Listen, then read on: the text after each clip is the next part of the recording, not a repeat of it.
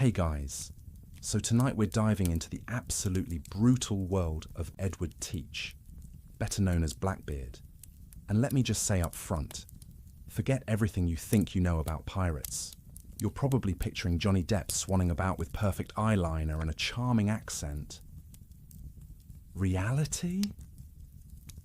Think more like your Uncle Larry after a 3-day bender, except Larry's armed to the teeth and hasn't seen a dentist since the Clinton administration. Picture the early 18th century Caribbean for a moment. It's not some tropical paradise with fruity drinks and steel drum bands. It's more like a lawless frontier where mosquitoes are the size of hummingbirds. Everyone smells like rotting fish.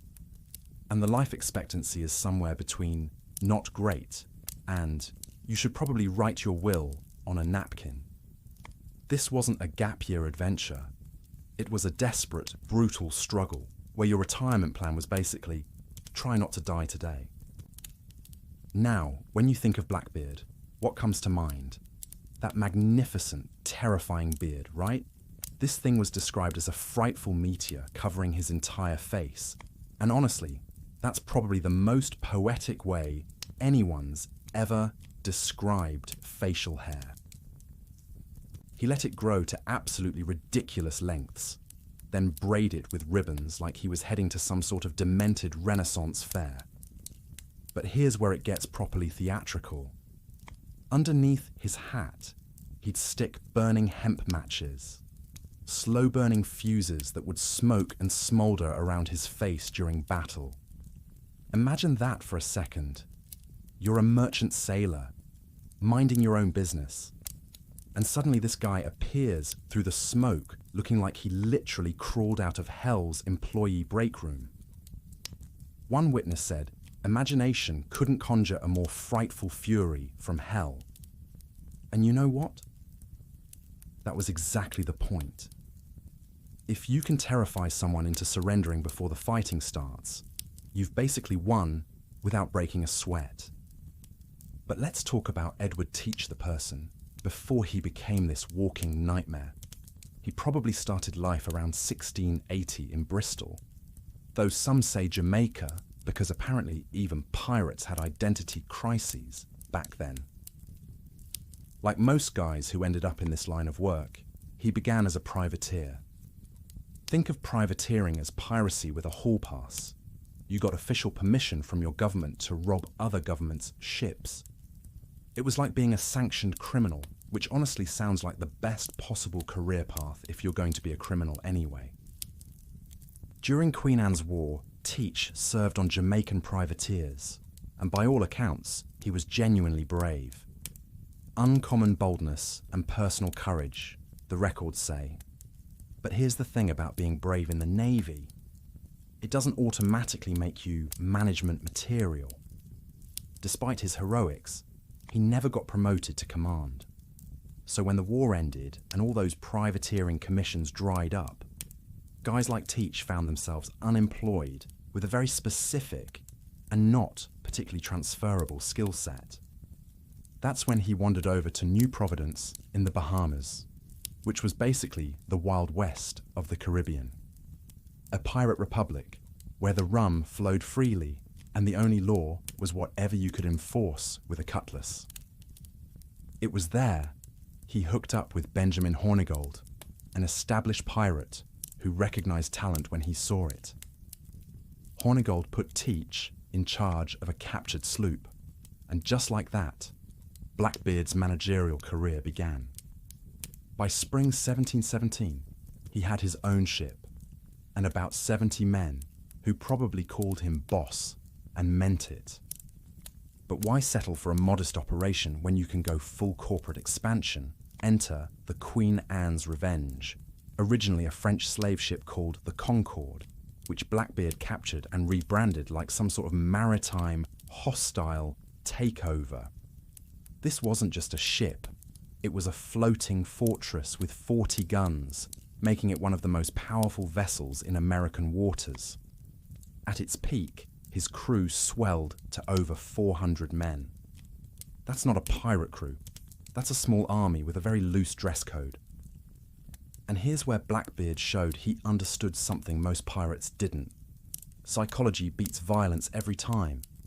Why fight a bloody battle when you can just show up looking like the devil's unemployed brother and watch people surrender? His reputation did most of the heavy lifting. Ships would see that black flag coming over the horizon, and crews would start having serious conversations about early retirement. But here's what might blow your mind. Despite all the chaos and lawlessness, pirate crews were surprisingly democratic. They had written constitutions that would make modern HR departments weep with joy. These articles covered everything from profit sharing to disability benefits. The captain was elected by the crew and could be voted out faster than a reality TV contestant. Blackbeard himself, when he blockaded Charleston Harbour in 1718, consulted with his crew council about negotiations and prisoner treatment. It was like medieval workplace democracy, except with more cutlasses and significantly worse dental coverage. Blackbeard also played a fascinating game with colonial authorities. He'd accept royal pardons when it suited him, essentially going legitimate for a while, using places like Bathtown, North Carolina, as his base of operations. Bathtown officials were surprisingly accommodating, possibly because Blackbeard had a talent for making generous donations to the local economy, if you catch my drift. But accepting a pardon was like being on legal probation. One more act of piracy and you're back to being a wanted man with a price on your head. Of course, all good things must end. And in November 1718, Blackbeard's number finally came up. Lieutenant Robert Maynard of the Royal Navy cornered him off Ocracoke Island in what can only be described as the ultimate performance review. And it did not go well for our bearded friend. The fight was brutal. Blackbeard took 5 bullet wounds and 20 sword cuts before finally going down. Think about that for a second. This guy absorbed more damage than a video game boss fight. Maynard sailed back to Virginia with Blackbeard's severed head hanging from his ship's bowsprit, like some sort of grim hood ornament. 13 of his crew were later hanged in Williamsburg, which was probably not the retirement plan any of them had in mind. So here we are, you and I, about to step into this world where the Caribbean sun beats down mercilessly, where every sail on the horizon could mean your last day on Earth, and where a man could build a legend simply by being more terrifying than anything else floating on the waves. Find that comfortable spot, maybe grab a blanket or adjust that pillow, because trust me, you're going to appreciate your modern amenities by the time we're through. And hey, if you're enjoying this little voyage into maritime mayhem, drop a comment and let me know where in the world you're listening from. It always amazes me how these tales of long-dead pirates can reach people tucked safely in their beds across the globe. The stage is set, the wind is in our sails, and somewhere in the distance, you can almost hear the creak of ship timbers and the whispered promises of adventure and danger that made men like Edward Teach legends of the sea. So let's drift a bit deeper into this salt-stained tale, shall we? Let's meet the man behind the myth, the human being who transformed himself into the stuff of nightmares. You know, for someone whose name still makes people think twice about sailing alone at night, we know embarrassingly little about where Edward Teach actually came from. It's like trying to piece together your family history when half the documents got eaten by termites and the other half were written by people who couldn't spell their own names consistently. Edward Teach, Edward Thatch, Edward Tash. Honestly, pick a spelling. Any spelling. The man had more surname variations than a modern identity thief. Most historians will tell you he was probably born in Bristol, England, sometime in the late 1600s. Bristol was a proper maritime city, the kind of place where you couldn't throw a dead fish without hitting someone who knew how to tie a proper knot or navigate by the stars. But then you've got these persistent whispers about Jamaica being his actual birthplace. Maybe he spent his childhood there, maybe not. The records from that era are about as reliable as weather forecasts, which is to say they existed, but good luck figuring out what was actually true. Picture this uncertainty for a moment. Here's a man who would terrorize the Atlantic coast, whose very name would make seasoned sailors check their life insurance policies, and we can't even nail down where he learned to walk. It's almost poetic, really. The fog of mystery surrounding his origins feels deliberate, as if he was already practicing the art of being unknowable from birth. What we can say with more confidence is that before young Edward ever thought about flying the Skull and Crossbones, he spent his formative years as a privateer. This was during the War of the Spanish Succession, which sounds grand and important, because it was, at least to the people writing the checks. From 1701 to 1714, European powers were basically playing the world's most expensive game of maritime chess. And privateering was how you got ordinary sailors to do your dirty work without having to pay them proper navy wages. Think of privateering as piracy with a hall pass. The government would hand you an official document called a letter of marque, basically a permission slip that said, "Please excuse Edward from normal maritime law. He'll be busy stealing Spanish gold for England today." It was the perfect legal loophole for anyone who wanted to rob ships, but didn't fancy being hanged for it. This was Edward's maritime university, and apparently he was a stellar student. The records describe him as showing uncommon boldness and personal courage, which in 18th century speak translates roughly to, "This guy has absolutely no sense of self-preservation and it's somehow working out for him."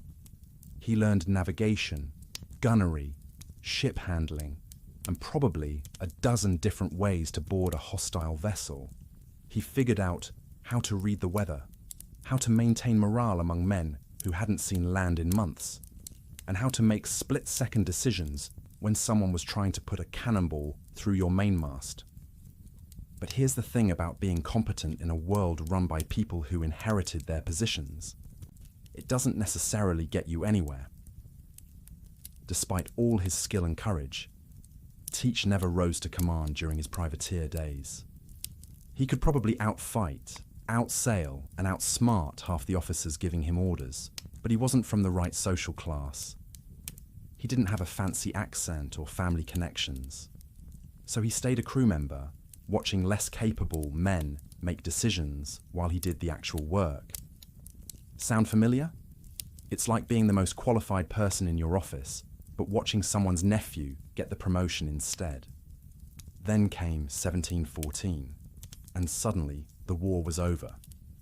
Peace treaties were signed, handshakes were shaken, and thousands of very capable, very armed sailors found themselves unexpectedly unemployed. It was like a massive corporate downsizing, except instead of accountants with severance packages, you had expert fighters with ships and weapons and nowhere to go. Many of these displaced privateers drifted south to a place that was rapidly becoming the Caribbean's answer to the Wild West, New Providence in the Bahamas. Imagine a tropical island where the local government had basically given up trying to enforce any laws, where the rum was cheap, the company was questionable, and nobody asked too many questions about your resume. It was part frontier town, part vacation resort, for people whose idea of fun involved stealing things. It was in this lawless paradise that Edward Teach caught the attention of Benjamin Hornigold, who was already making quite a name for himself in the piracy business. Hornigold was the kind of guy who could spot talent, and he saw something in Teach that impressed him. Around 1716, he put him into a sloop that he had made prize of, essentially handing over command of a captured vessel to his promising protégé. This was the moment everything changed. It was like getting your first set of car keys, except the car was armed with cannons, and your driving test involved running down merchant ships. By 1717, Teach, had proven himself capable of independent command and was operating his own pirate enterprise. He'd gone from government-sanctioned raider to full-blown maritime entrepreneur. The filing paperwork was a bit different, but the basic business model remained the same. And this is when he truly began crafting the image that would outlive him by 3 centuries. See, being a pirate wasn't just about sailing skills and fighting ability, though those certainly helped. It was about marketing. You needed a brand, a reputation that preceded you into every port and made people think twice about resisting. Edward Teach's brand was pure, concentrated terror, and his secret weapon was that magnificent, carefully cultivated beard. This wasn't some casual bit of facial hair that he forgot to trim. Oh no, this was a masterpiece of personal branding. He grew it to what contemporary accounts called extravagant length. So long, it covered his entire face and reached up to his eyes. Then, and this is where it gets really theatrical, he would braid it with ribbons, styling it into little tails, after the manner of our Ramillies wigs. Picture the dedication this required. Every morning, this man would wake up and carefully style his facial hair like some sort of demonic hairdresser. He'd weave ribbons through his beard, creating these decorative tendrils that he'd tuck behind his ears. It turned what nature gave him into something deliberately, artfully terrifying. But wait, there's more. The beard was just the foundation. When it was time for action, when he was bearing down on a target ship with violence in mind, he'd complete the look with what can only be described as the world's first special effects makeup. He'd sling 3 brace of pistols across his shoulders. That's 6 loaded firearms for those keeping count. And then, for the grand finale, he'd stick burning slow matches under his hat. These weren't decorative candles we're talking about. Slow matches were the hemp cord used to ignite cannons, and they burned with a steady, smoky flame. The smoke would curl up around his face, wreathing his wild eyes, and that ribbon-bedecked beard in what looked like hellfire. One witness described the effect as making him appear more terrifying than imagination cannot form an idea of a fury from hell. This wasn't vanity. This wasn't showing off. This was psychological warfare at its finest. If you could make your enemies believe they were facing an actual demon who had somehow learned to sail, you'd already won half the battle before the first shot was fired. Many ships surrendered without a fight, their crews too terrified to offer resistance to what appeared to be Satan's nautical division. And perhaps the most brilliant part of this whole elaborate performance was how it helped obscure the actual man underneath. The lack of solid biographical records about Edward Teach might not be entirely accidental. In an age before standardized spelling or comprehensive record keeping, it was relatively easy to be whoever you wanted to be, especially if you were willing to put on a show worthy of the stage. The various spellings of his surname, Teach, Thatch, Tash, and half a dozen others, might have been intentional misdirection. After all, if you're trying to track down a particular criminal, it helps if you can spell his name consistently.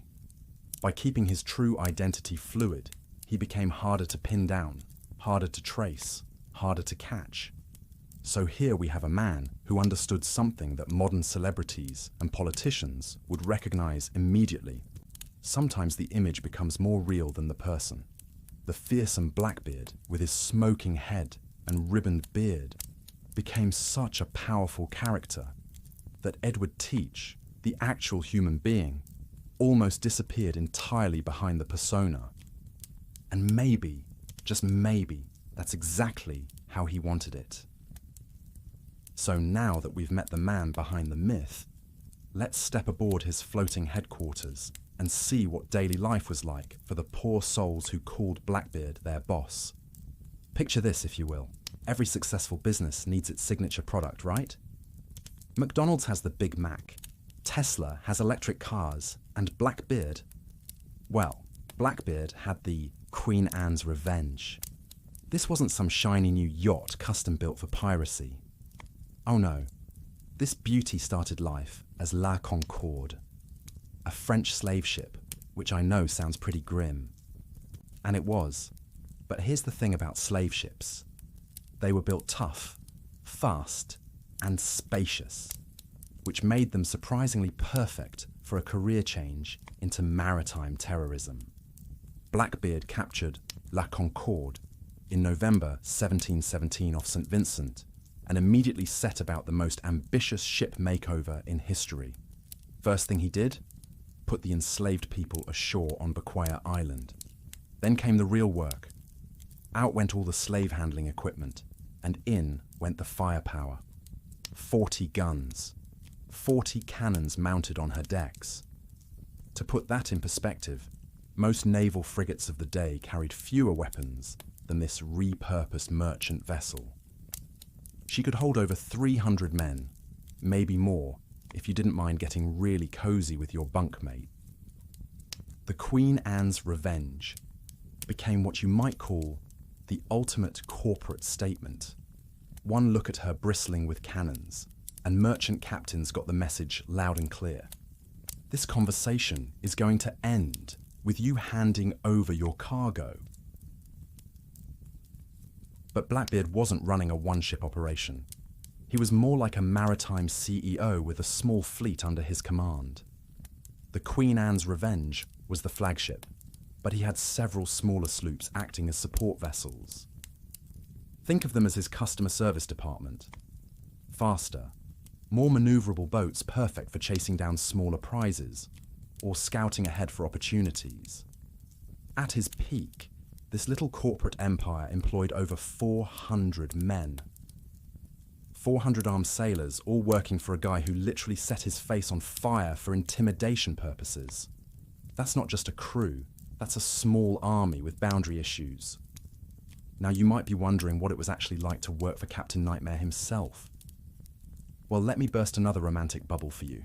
Life aboard the Queen Anne's Revenge wasn't some swashbuckling adventure cruise. It was more like being trapped in a floating refugee camp with really aggressive job requirements. First off, everything was damp, constantly. Imagine never quite being dry for months at a time. The food was often rotten, and I'm not talking past its sell-by date rotten. I'm talking, this hardtack has evolved its own ecosystem. Rotten. The water. Well, you learn to prefer rum, partly for the alcohol content, and partly because it killed whatever microscopic horrors were swimming around in the water barrels. Disease was everywhere. Scurvy, typhus, dysentery, smallpox. Basically every unpleasant way to die that doesn't involve sharp objects. Ships were like cruise ships for germs.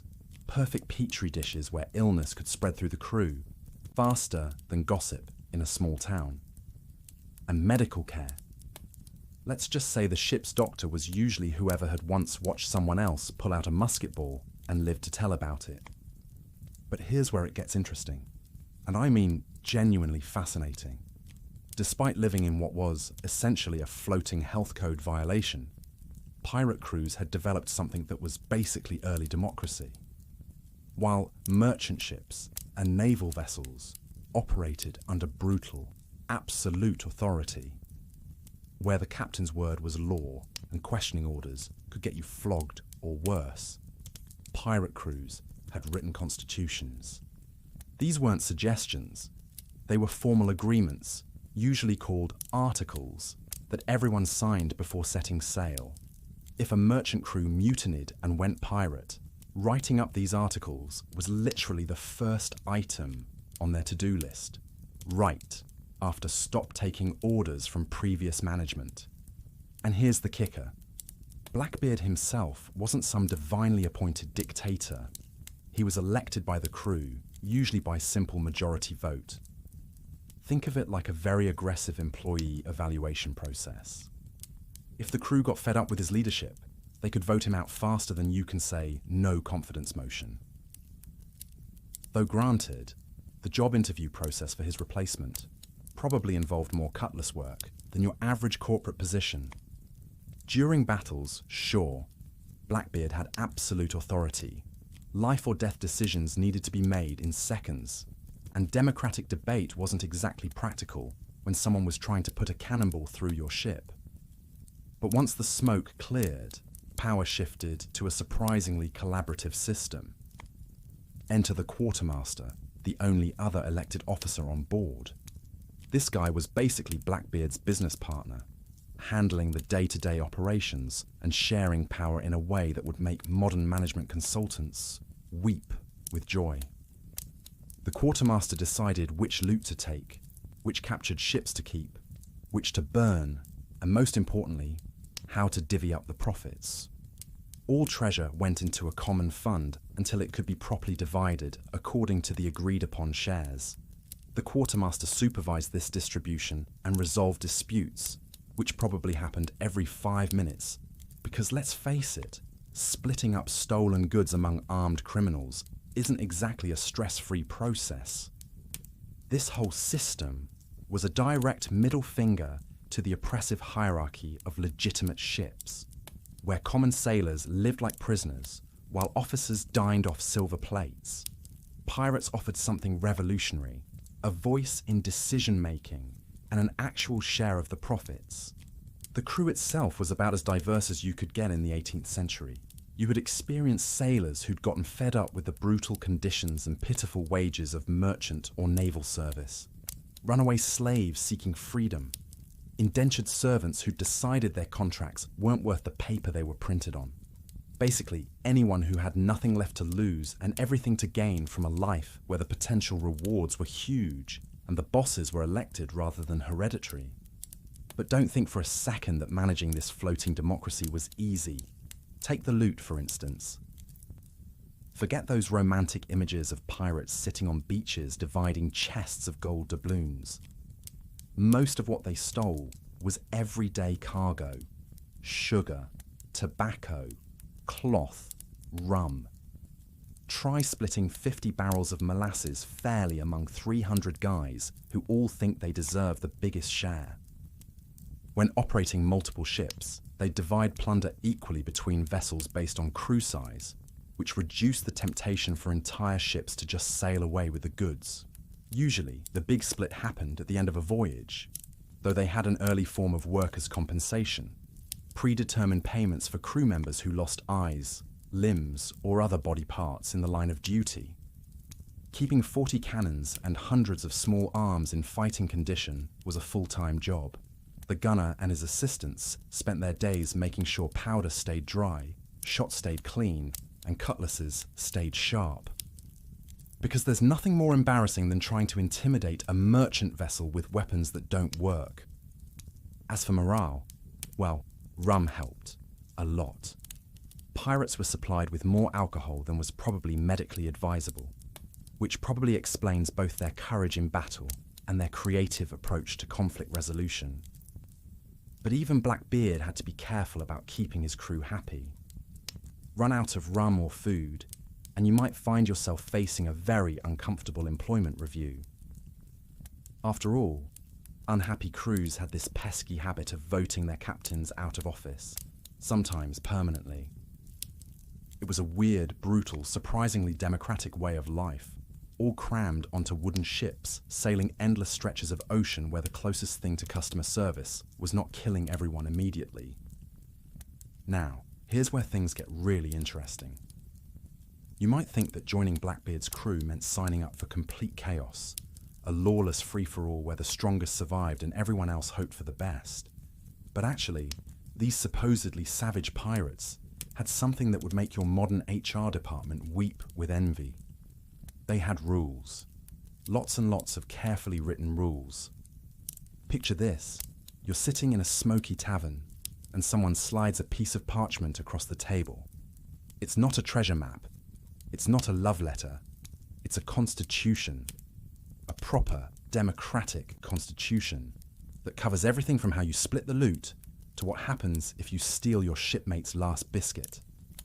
These pirate codes were essentially self-imposed democratic constitutions aboard pirate vessels. They regulated conduct. They laid out the division of booty in excruciating detail. And they spelled out punishments with the kind of specificity that would make a lawyer proud. Think about that for a moment. These were men who'd escaped from lives where they had absolutely no say in anything, where a captain's whim could mean the difference between dinner and a flogging. And the first thing they did when they got their freedom, they wrote themselves a government with checks and balances, with voting procedures, with transparent profit-sharing agreements that most modern corporations would struggle to match. The codes covered everything you probably wouldn't think to ask about until it became a problem. What time you had to be in bed, how to settle gambling disputes, what to do if someone brought a woman aboard without permission. One of the most famous set of rules attributed to Bartholomew Roberts even had a clause about keeping your weapons clean and ready for service. Imagine getting written up for having a dirty cutlass. Sorry, Jenkins, but your sword failed inspection. That's a formal warning. Now, Blackbeard himself operated under these codes, but he was clever about how he applied them. He understood that you needed to balance autocratic power with just enough democracy to keep everyone from staging a mutiny. Most pirate captains, including our bearded friend, were elected by their crews, usually by a simple show of hands, which must have been quite the sight. Imagine the job interview. So, Edward, what qualifies you to terrorize the Caribbean? Well, I can make my face smoke. I own more pistols than most small armies, and I once shot a man for no particular reason just to keep everyone's attention. But here's what made Blackbeard particularly effective. He knew when to consult the crew and when to just make executive decisions. When he blockaded Charleston, South Carolina, he actually held crew councils to discuss negotiations and prisoner treatment. These weren't just for show either. Pirates took their democratic processes seriously. The crew had real input on major decisions, from which ships to attack, to where to careen for repairs. Of course, Blackbeard being Blackbeard, he also knew that sometimes democracy needed a little reinforcement. There's this story that perfectly captures his management style. One evening, he was drinking in his cabin with Israel Hands, his sailing master, and another crew member. Just having a normal evening, probably discussing the weather or complaining about the quality of hardtack. Then, without any warning whatsoever, Blackbeard pulled out 2 pistols, cocked them under the table, blew out the candle, and fired randomly into the darkness. When the smoke cleared, Israel Hands was shot through the knee, crippled for life. When someone finally worked up the courage to ask why he just randomly shot one of his own officers, Blackbeard's response was chilling in its casual brutality. If I didn't now and then kill one of you, you'd forget who I was. Now that's what you call setting expectations.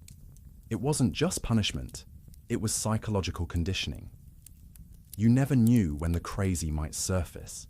It kept everyone just slightly on edge, just slightly afraid, which probably made the whole democratic process run a lot more smoothly. Hard to argue with a man's decisions when you're not entirely sure he won't shoot you in the leg to make a point. But here's the fascinating paradox of pirate life. Despite these occasional reminders of who held the ultimate authority, pirates actually experienced more freedom and equality than almost anyone else in their era. Think about it. If you were a common sailor in the Royal Navy, you were basically a slave with slightly better job security. You got pressed into service, often against your will. The pay was abysmal when you got it at all. The food was worse than what they fed prisoners. And discipline. One wrong look at an officer could earn you a dozen lashes with the cat o' nine tails. The class system was absolutely rigid. Officers were gods. Their word was law. They lived in luxury while you slept in a hammock that you shared with rats and wondered if the ship's biscuits were supposed to move by themselves. And when it came to prize money, forget about it. Naval captains took huge cuts, sometimes a quarter or more of a captured ship's value. The ordinary sailor who actually did the fighting and the dying, he got whatever scraps were left after everyone important took their share. Compare that to life under the pirate codes. The captain got, at most, 2 shares to your 1. The quartermaster also got 2 shares. Other officers might get 1.5, but here's the key point. Everyone got a share. Everyone. From the newest recruit to the most experienced sea dog. And it was all transparent. No hidden bonuses for the captain's favourites. No mysterious deductions that somehow ate up your entire pay. You knew exactly what everyone else was getting because it was all written down in black and white. This wasn't just fair by pirate standards. This was revolutionary by any standards. Pirates had created a society that was more egalitarian than anything the civilized world had to offer. They'd taken the worst aspects of maritime life and turned them into something that actually worked for the people doing the work. The codes also fostered genuine loyalty. When you know that your shipmates have your back, when you know that everyone's getting a fair shake, when you have actual input into decisions that affect your life, you fight harder. You work harder. You're less likely to betray your crew because they're not just your co-workers. They're your partners in this enterprise. This mix of freedom and constraint, of democracy tempered with just enough fear to keep things orderly, created something unique in maritime history. A society where former slaves could become officers, where common sailors could vote out incompetent captains, where the profits were shared fairly among everyone who risked their lives to earn them. Of course, it came with downsides, like the constant threat of battle, disease, and having your captain randomly shoot you to prove a point. But for many men of that era, it was still the best deal they were ever going to get. But let's pause here and really dig into what that best deal actually looked like day to day. Because while we've covered the surprisingly democratic structure of pirate crews, the reality of living on Blackbeard ships was about as far from a Caribbean vacation as you can imagine. Think less tropical paradise and more floating prison with occasional violence. Picture this, if you will. You're lying there in your comfortable bed, probably with clean sheets, maybe a nice pillow. Temperature just right. Now imagine never experiencing that again. Ever. On the Queen Anne's Revenge. You lived in what can only be described as a perpetual state of dampness. Everything was wet. Your clothes, your bedding, the air you breathed. It was like living inside a soggy sandwich that occasionally tried to kill you. Personal space. That's a good one. These ships were designed to maximize fighting capacity, not comfort. 400 men crammed into a space that would feel tight with 50. Every corner, every crevice, every inch of available space was occupied by either a human being or their belongings. You slept in hammocks strung so close together, you could hear your neighbour's dreams, and not in a cute communal way. More in a, please stop snoring or I'm going to push you overboard way. Privacy was basically a mythical concept, like unicorns or fair taxation. You ate, slept, lived, and probably died surrounded by the same group of unwashed, armed men. Imagine sharing a studio apartment with 399 roommates who all carry swords and have questionable hygiene standards. That's your new life. And speaking of hygiene standards, let's talk about the food situation. Forget everything you've ever seen in pirate movies about feasting on stolen delicacies.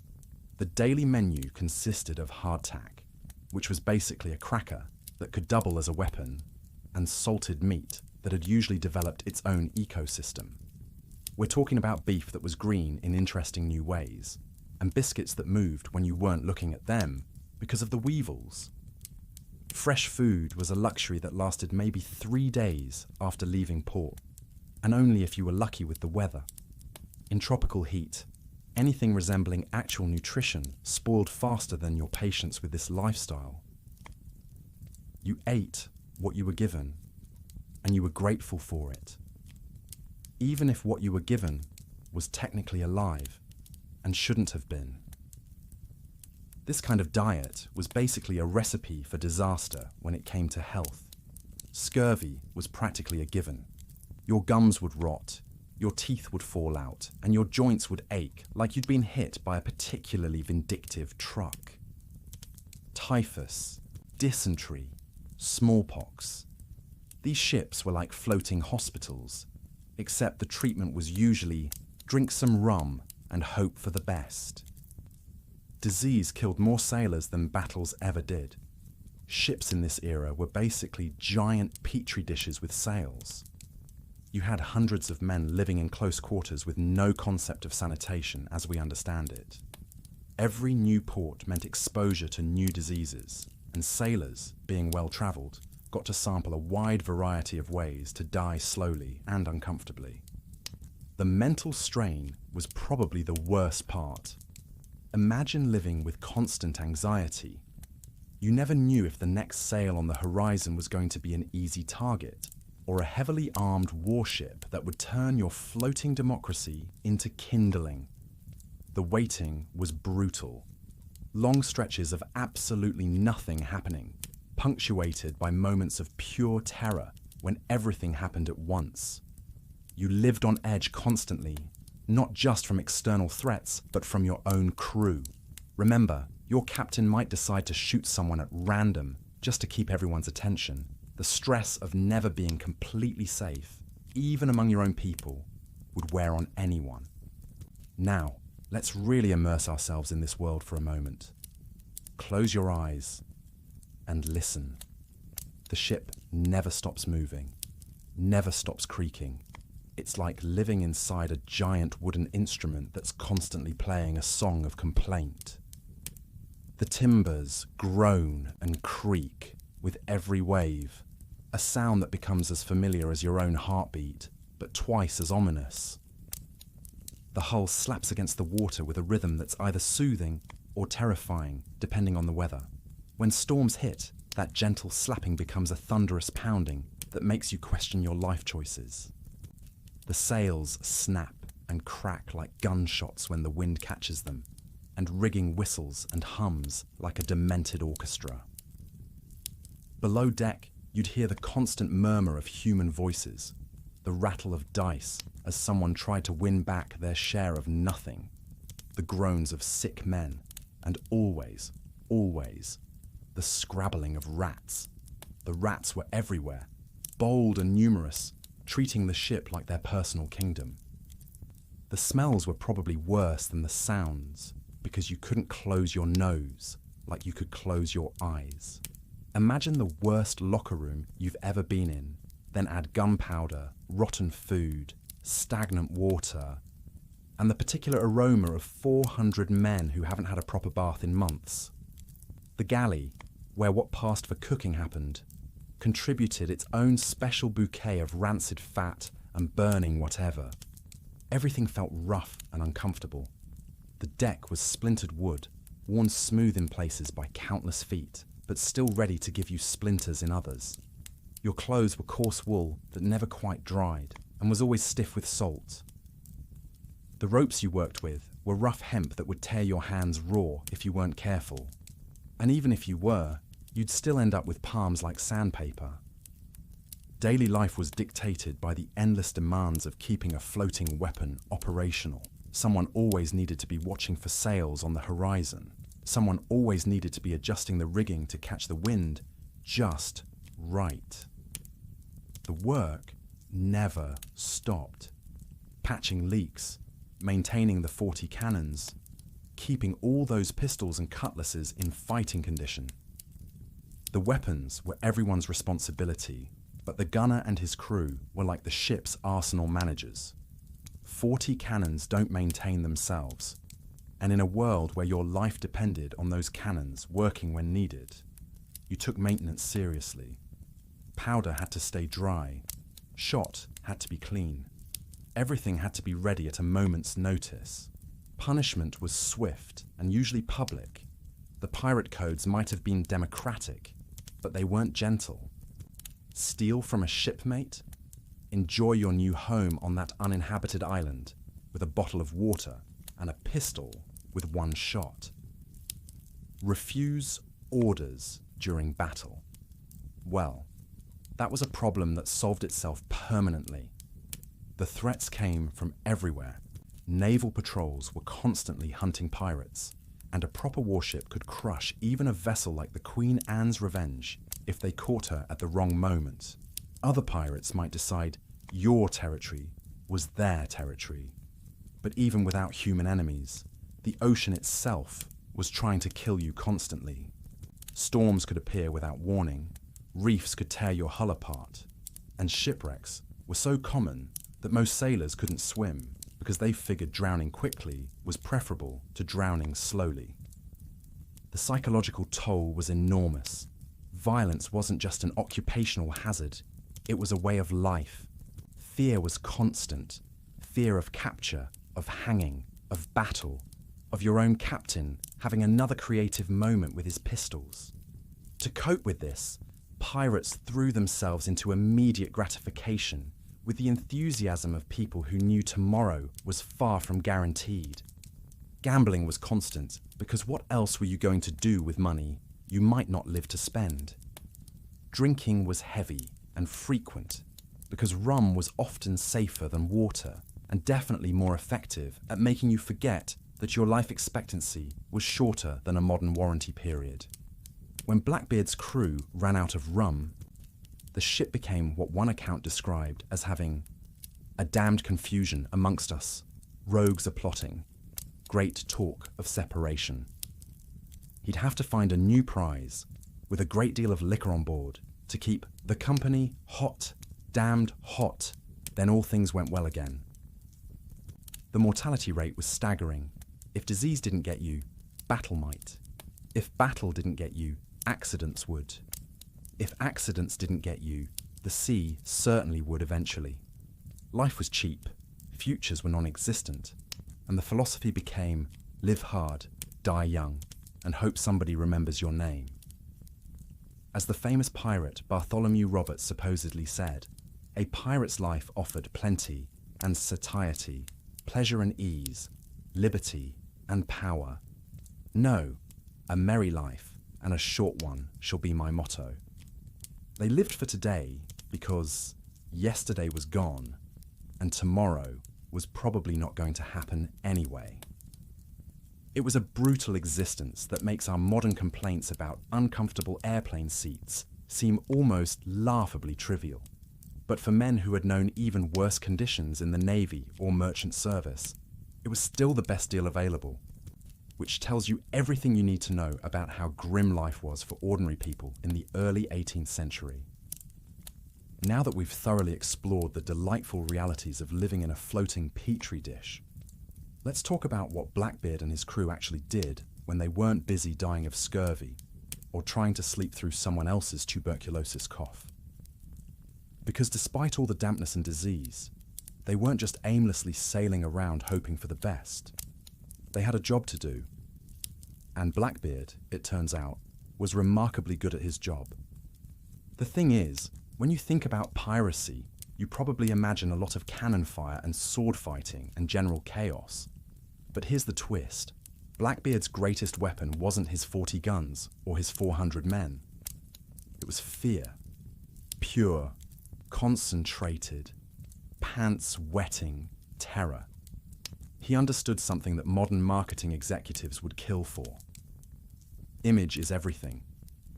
Think about it this way. If you're trying to rob someone, you have two basic approaches. Option 1, fight them, risk getting hurt, damage the merchandise, probably lose some of your own people. Option 2, convince them that fighting you would be the worst decision they've ever made. Blackbeard chose option 2, and he elevated it to an art form. We've talked about those burning matches in his beard, but let's really appreciate what that meant. This man would literally set his face on fire for intimidation purposes. Imagine the dedication to your brand that takes. Every morning, Blackbeard would wake up and think, you know what today needs? More flammable facial hair. He'd weave slow-burning hemp matches into his beard, creating this smouldering, demonic halo around his head. In battle, smoke would curl around his face, like he'd just crawled out of hell's employee parking garage.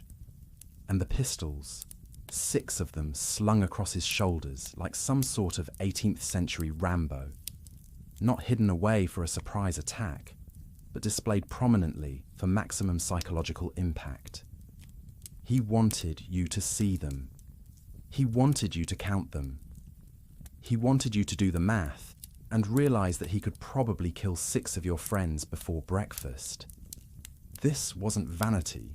This was psychological warfare, carefully calculated to make his enemies surrender before the first shot was fired. Stories about his appearance spread faster than gossip in a small town.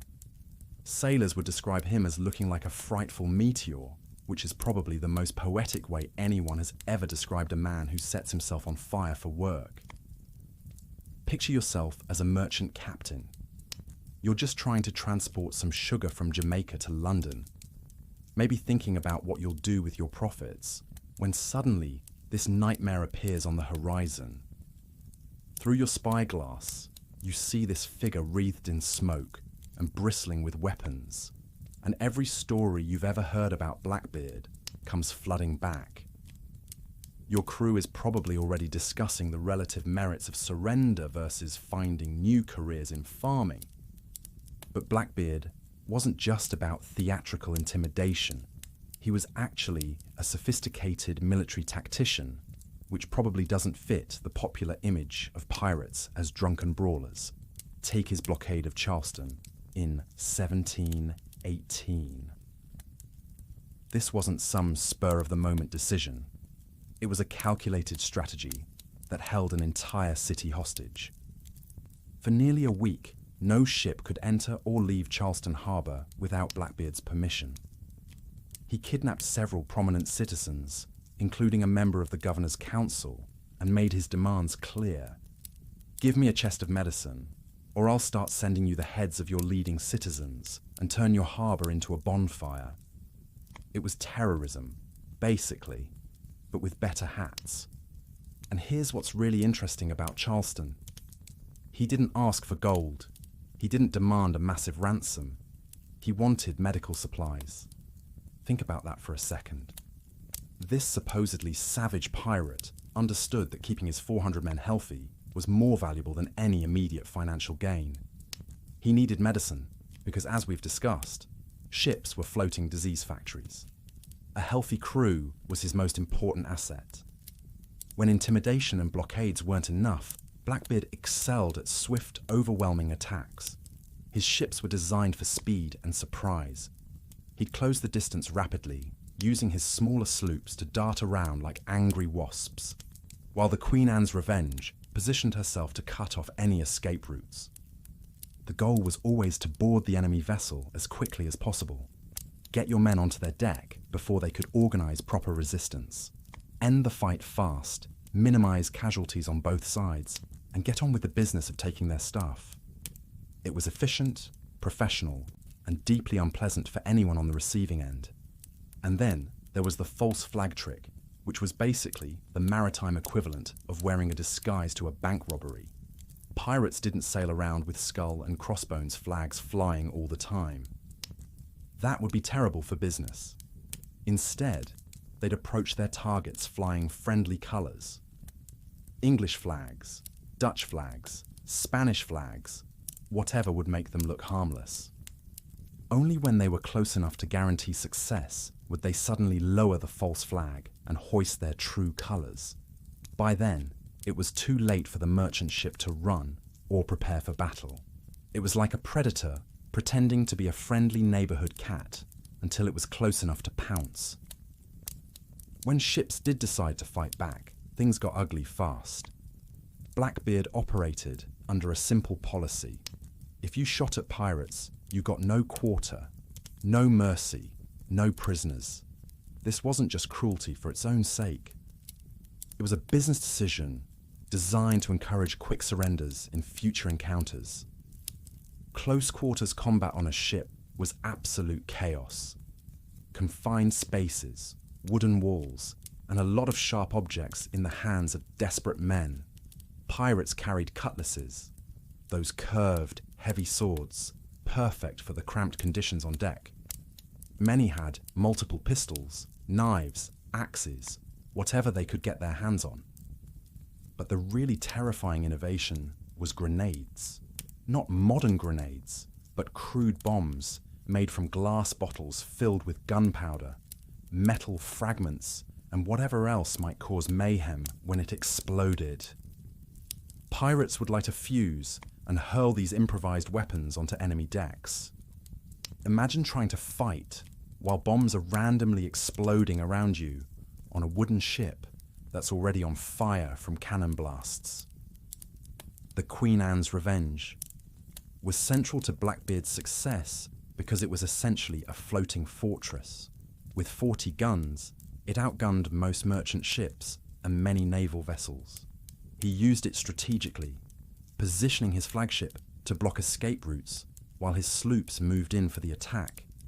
It was like bringing a tank to a knife fight, except the tank could also sail. His ability to coordinate multiple ships was crucial. The Queen Anne's Revenge and her tenders could surround a target, split its attention, and overwhelm it with superior numbers and firepower. Most merchant captains, faced with this kind of overwhelming force, decided that discretion was indeed the better part of valor. But perhaps most importantly, Blackbeard understood that his reputation was his most powerful weapon. Every successful intimidation, every surrender without a fight, every terrifying story spread by survivors made the next encounter easier. He was building a brand based on fear, and like any good businessman, he protected that brand carefully. He knew that sometimes a chest of medical supplies was worth more than gold. He understood that living enemies who told stories about his fearsome appearance were more valuable than dead heroes. He grasped the fundamental truth that the best fight is the one you never have to have. For a brief, terrifying period, Blackbeard had turned piracy into a precise, efficient business operation. He was an entrepreneur whose product was fear, and business was very, very good. But here's the thing about running a successful criminal enterprise in the 18th century. It wasn't just about being scary and stealing things. You also had to navigate an incredibly complex political landscape, like playing three-dimensional chess while someone was shooting cannons at you. Blackbeard had to manage relationships with colonial governors who might hang him tomorrow, but were happy to take his bribes today. He had to deal with rival pirates who might be allies one week and trying to sink his ship the next. And he had to stay one step ahead of naval forces who were getting increasingly tired of his whole terrifying pirate routine.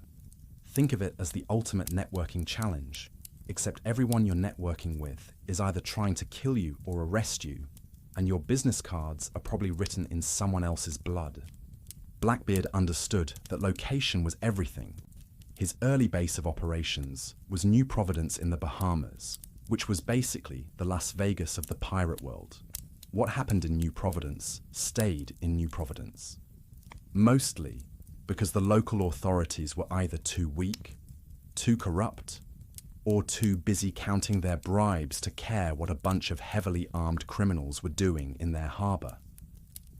It was a pirate paradise. You could roll into port with a ship full of stolen goods, spend a few weeks drinking yourself senseless, repair your ship, recruit new crew members, and plan your next maritime crime spree. The local government had essentially given up trying to enforce any meaningful law, creating this weird anarchist utopia where the only rule was, don't ask too many questions about where that gold came from.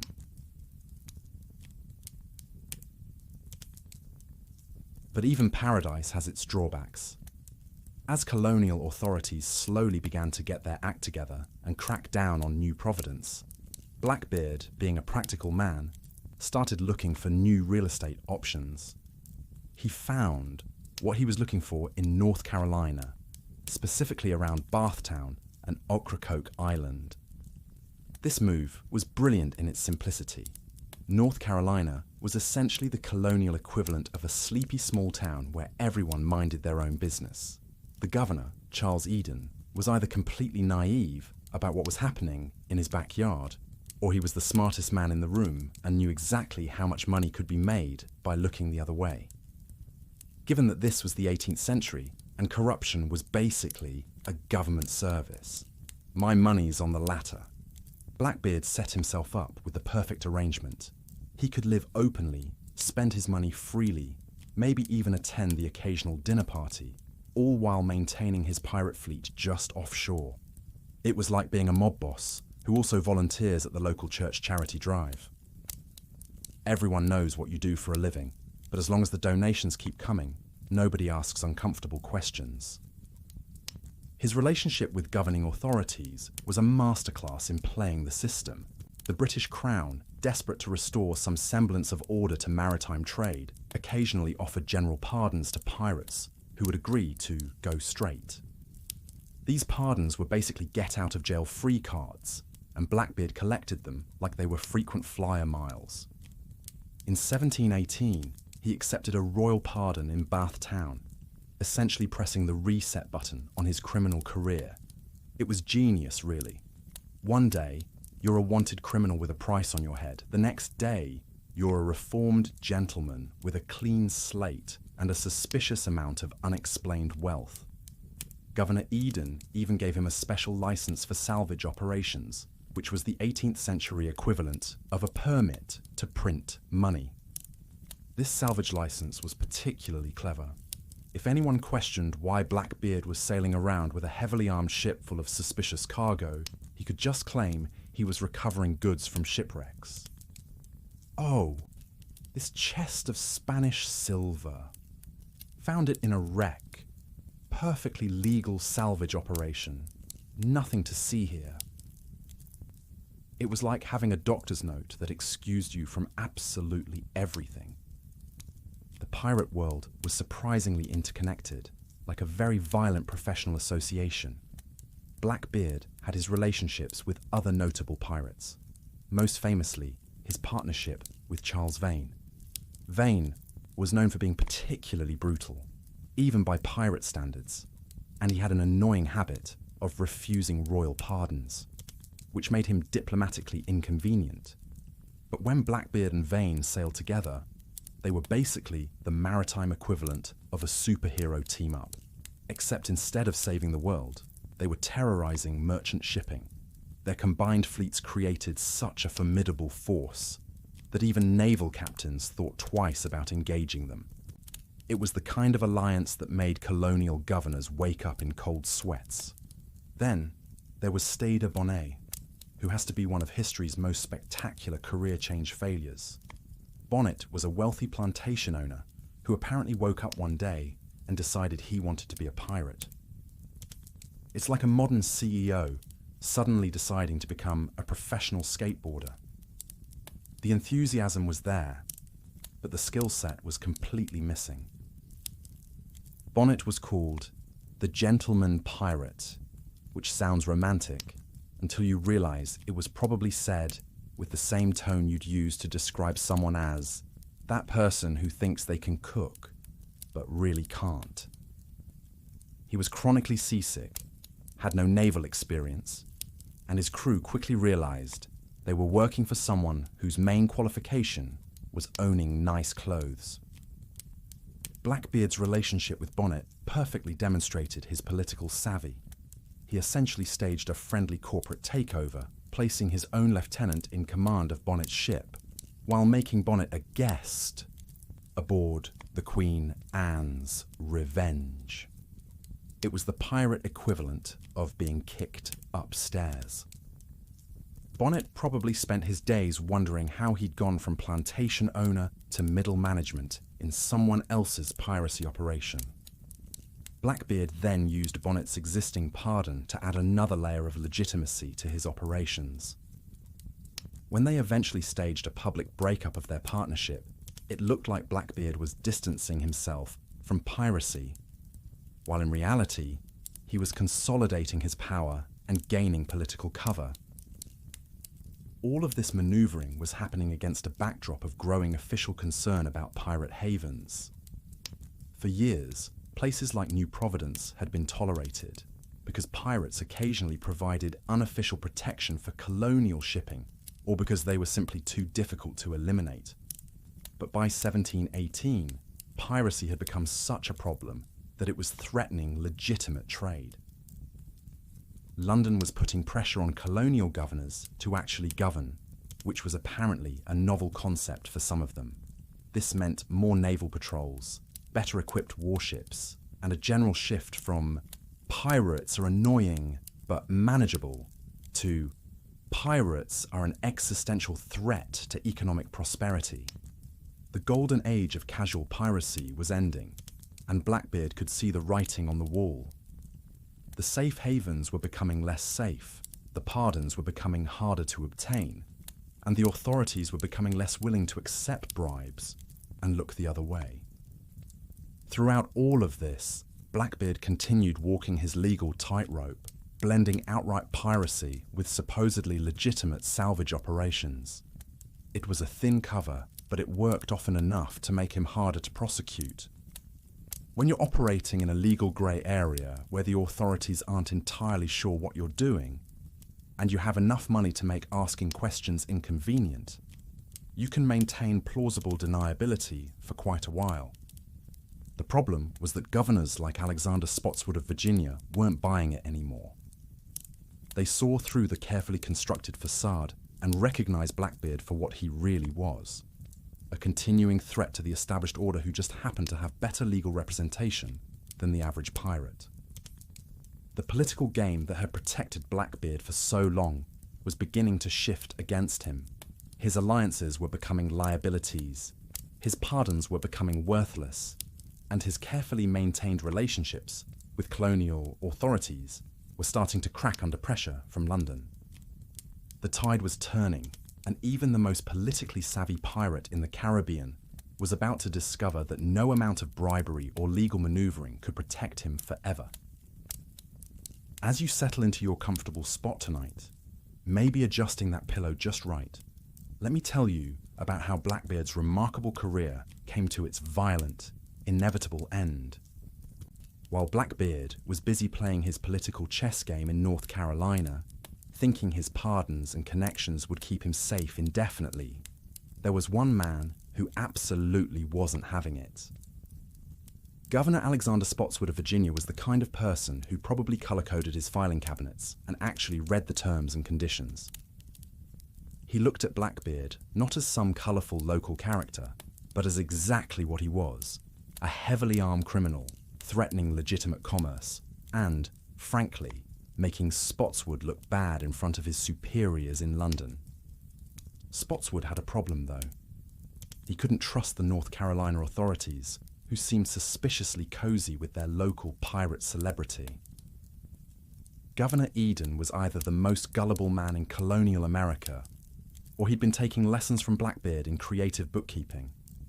So Spotswood decided to fund his own private military operation, reaching into his personal wallet to eliminate what he saw as a clear and present danger. That's the 18th century equivalent of being so fed up with your neighbour's loud parties that you hire your own security company. For this delicate mission, Spotswood chose Lieutenant Robert Maynard, a Royal Navy officer who wasn't particularly famous or well-connected, but who possessed two crucial qualities. He was absolutely determined, and he knew the treacherous coastal waters of North Carolina like a taxi driver knows shortcuts. Maynard understood that Blackbeard's massive flagship would be useless in the shallow inlets where the pirate liked to hide, so he requested two small, agile sloops, HMS Ranger and HMS Jane. These weren't impressive warships by any stretch. They were more like speedboats with cannons, designed for maneuverability rather than firepower. Maynard was essentially planning to take down a floating fortress using the maritime equivalent of sports cars.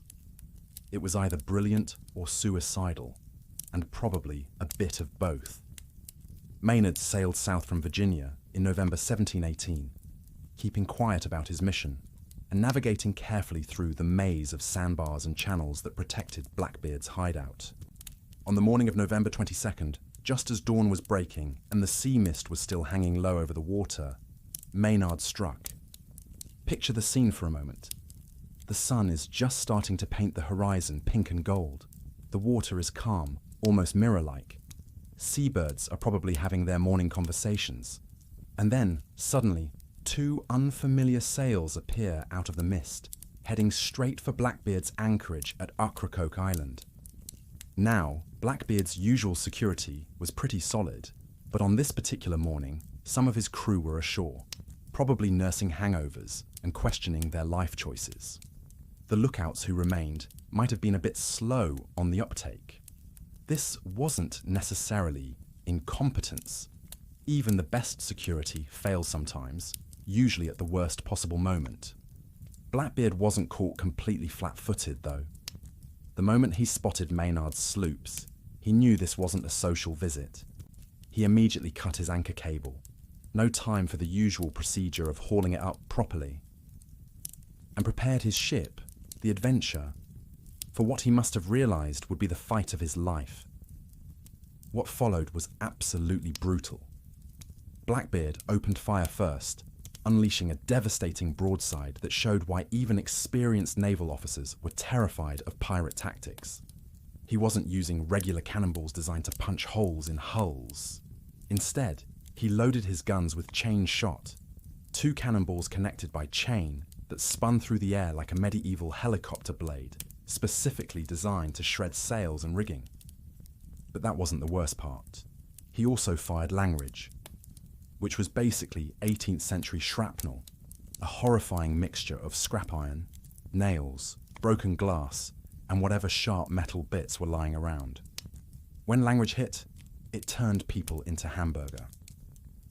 Maynard's first taste of combat with Blackbeard resulted in 25 of his men being instantly killed or wounded. That's more than half his crew eliminated in the opening moments. Most commanders would have retreated at that point, but Maynard had a plan that was either genius or insane. He ordered his remaining men to hide below deck, making his sloop look like a floating morgue. From Blackbeard's perspective, his devastating first strike had apparently wiped out the entire enemy crew. This played right into Blackbeard's standard operating procedure. Why waste more ammunition when you can just board the apparently empty vessel and finish off any survivors personally? So he ordered his men to grapple Maynard's sloop and prepare to swarm aboard for what should have been easy pickings. But as Blackbeard's pirates clambered over the rail onto what they thought was a ship full of corpses, they discovered that reports of Maynard's defeat had been greatly exaggerated. Hidden crew members suddenly erupted from below deck, turning the peaceful morning into a chaotic nightmare of pistols, cutlasses, and primal screaming.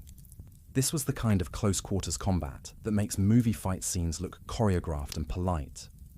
Real, ship-to-ship fighting was cramped, desperate, and absolutely terrifying. There was no room for fancy swordwork or dramatic poses. Just a bunch of armed men trying to kill each other in a space roughly the size of a tennis court. In the middle of this chaos, Blackbeard found himself face to face with Lieutenant Maynard. Picture this moment. The legendary pirate, still smoking slightly from his trademark burning matches, standing across from a determined Royal Navy officer who just played the tactical gamble of his life. This was the confrontation that would determine whether Blackbeard's reign of terror continued or ended right here. Blackbeard fired first, his pistol shot catching Maynard, but not fatally. Some accounts say the ball lodged in Maynard's own weapon. Others suggest it wounded his hand. But whatever happened, it didn't stop the fight. Blackbeard then drew his cutlass and attacked with the ferocity that had made him legendary. dealing a blow that severely wounded Maynard's sword hand. This should have been the end of Lieutenant Maynard's story. But just as Blackbeard was preparing to deliver what would have been a killing blow, one of Maynard's crew members, described as a Scottish Highlander, which gives you some idea of how tough this guy probably was, lunged forward with his own cutlass and struck Blackbeard across the neck. What happened next shows you something about Blackbeard's incredible toughness and his absolute refusal to give up. Even with what was essentially a mortal wound, he kept fighting. He staggered, fell, got back up, and continued the battle until his body finally gave out. When the fighting ended and they examined his corpse, they found he'd been shot 5 times and slashed with cutlasses 20 times. The sheer number of wounds suggests both his legendary resilience and the desperation of everyone trying to bring him down. The aftermath was swift and merciless. Blackbeard's surviving crew members were overwhelmed, captured, and transported back to Williamsburg for trial. Of the men who made it to court, 13 were convicted of piracy and hanged. Justice in the colonial era was neither slow nor gentle. It was public, brutal, and designed to send a clear message to anyone else considering a career in maritime crime. But the most chilling part of the aftermath was what happened to Blackbeard himself. Maynard ordered his head severed from his body and hung from the bowsprit of his sloop like some grotesque hood ornament. Legend has it that when they threw the headless body overboard, it swam around the ship 3 times before sinking, which is probably not true, but makes for a wonderfully disturbing story. That severed head, displayed for all to see, was more than just a trophy. It was a message written in the most brutal language colonial authorities could manage. This is what happens to pirates, no matter how famous, no matter how feared, no matter how well connected they think they are. And so ended the career of Edward Teach, better known as Blackbeard, in exactly the kind of violent confrontation that his lifestyle had always made inevitable. The man who had turned intimidation into an art form, who had built a career on making other people too afraid to fight back, had finally met someone who simply refused to be scared. The legend, of course, was just beginning. Here's what's truly wild about human nature. A man can live a short, violent life, terrorizing people, get himself killed in spectacular fashion, and then somehow become more famous after his death than he ever was while breathing. Blackbeard's actual body ended up as fish food, but his reputation, that grew into something absolutely massive, casting shadows across centuries of popular culture. You know why we're still talking about Edward Teach 300 years later? It all comes down to one book that was basically the TMZ of its day. A general history of the robberies and murders of the most notorious pirates. Hit the shelves in 1724, supposedly written by someone calling himself Captain Charles Johnson. Now, historians love to argue about whether this Johnson character was actually Daniel Defoe using a pen name. You know, the guy who wrote Robinson Crusoe. But whoever he was, he understood something fundamental about storytelling. Never let facts get in the way of a good yarn. Johnson took the already terrifying Edward Teach and basically turned him into a comic book villain. He painted vivid pictures of those burning matches in Blackbeard's beard, describing his frightful appearance in delicious, horrifying detail. Sure, some of his information probably came from actual witnesses, but Johnson wasn't running a fact-checking operation here. He was running an entertainment business. The line between historical documentation and creative writing was about as clear as fog, which means we got something that was part biography, part horror novel, and entirely captivating. This book was essentially the first true crime bestseller, designed to make readers' blood run cold while they safely enjoyed their tea and biscuits. And it inadvertently created a template that would outlast entire civilizations. Because Johnson's book was such a hit, Blackbeard became the gold standard for what a pirate should look like and act like. Before his book, pirates were just criminals with boats. After Johnson, they had a uniform, black heart, dramatic flair, and preferably some sort of facial hair situation that defied both gravity and common sense. Blackbeard became the ultimate brand ambassador for maritime mayhem. Those carefully crafted details, the ribbon-braided beard, the collection of pistols, the theatrical smoke effects, became the default pirate starter pack in everyone's imagination. Every pirate costume you've ever seen, every cartoon buccaneer, every Halloween outfit, they're all basically doing Blackbeard cosplay whether they know it or not. It's like how every superhero movie since 2008 has borrowed something from the Marvel formula, except this influence has been going on for 3 centuries. You see a pirate in any form of media, and chances are excellent they've inherited at least one element from Blackbeard's carefully constructed persona of demonic theatrical menace. But Blackbeard's impact wasn't limited to costume parties and children's books. His reign of terror, especially that audacious blockade of Charleston, absolutely terrified colonial authorities and forced a complete overhaul of naval policy. For years, piracy had been treated like a manageable nuisance. Annoying, sure, but not worth mounting a major military response. Blackbeard changed all that by being so spectacularly, undeniably problematic that he basically forced London's hand. He was like that one neighbour whose parties get so loud and destructive that the entire city council has to get involved. His widespread, in-your-face acts of piracy led to a massive increase in anti-pirate campaigns and naval patrols throughout Caribbean waters. What had been a somewhat half-hearted game of maritime hide-and-seek suddenly became an all-out war. Naval forces were upgraded with faster, more maneuverable vessels specifically designed to pursue pirates into their shallow water hideouts.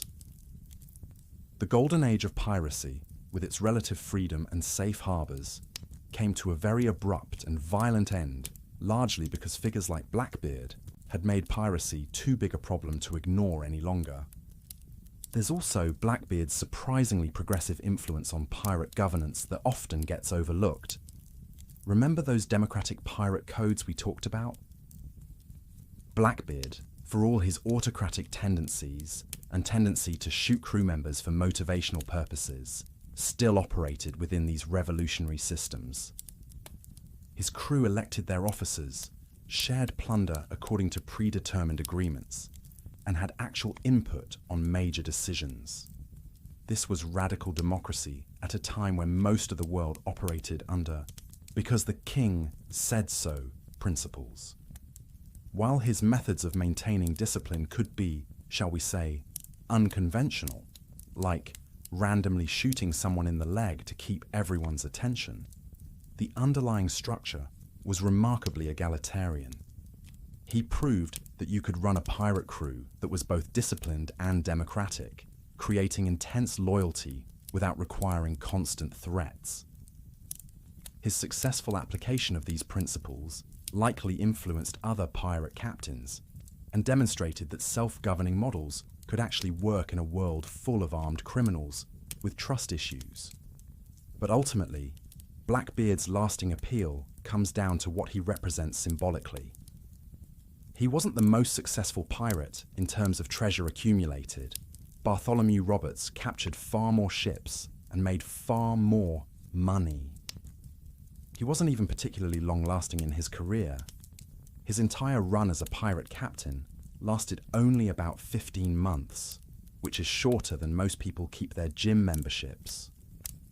Yet he embodies this irresistible combination of absolute freedom, extreme danger, and complete rejection of society's rules.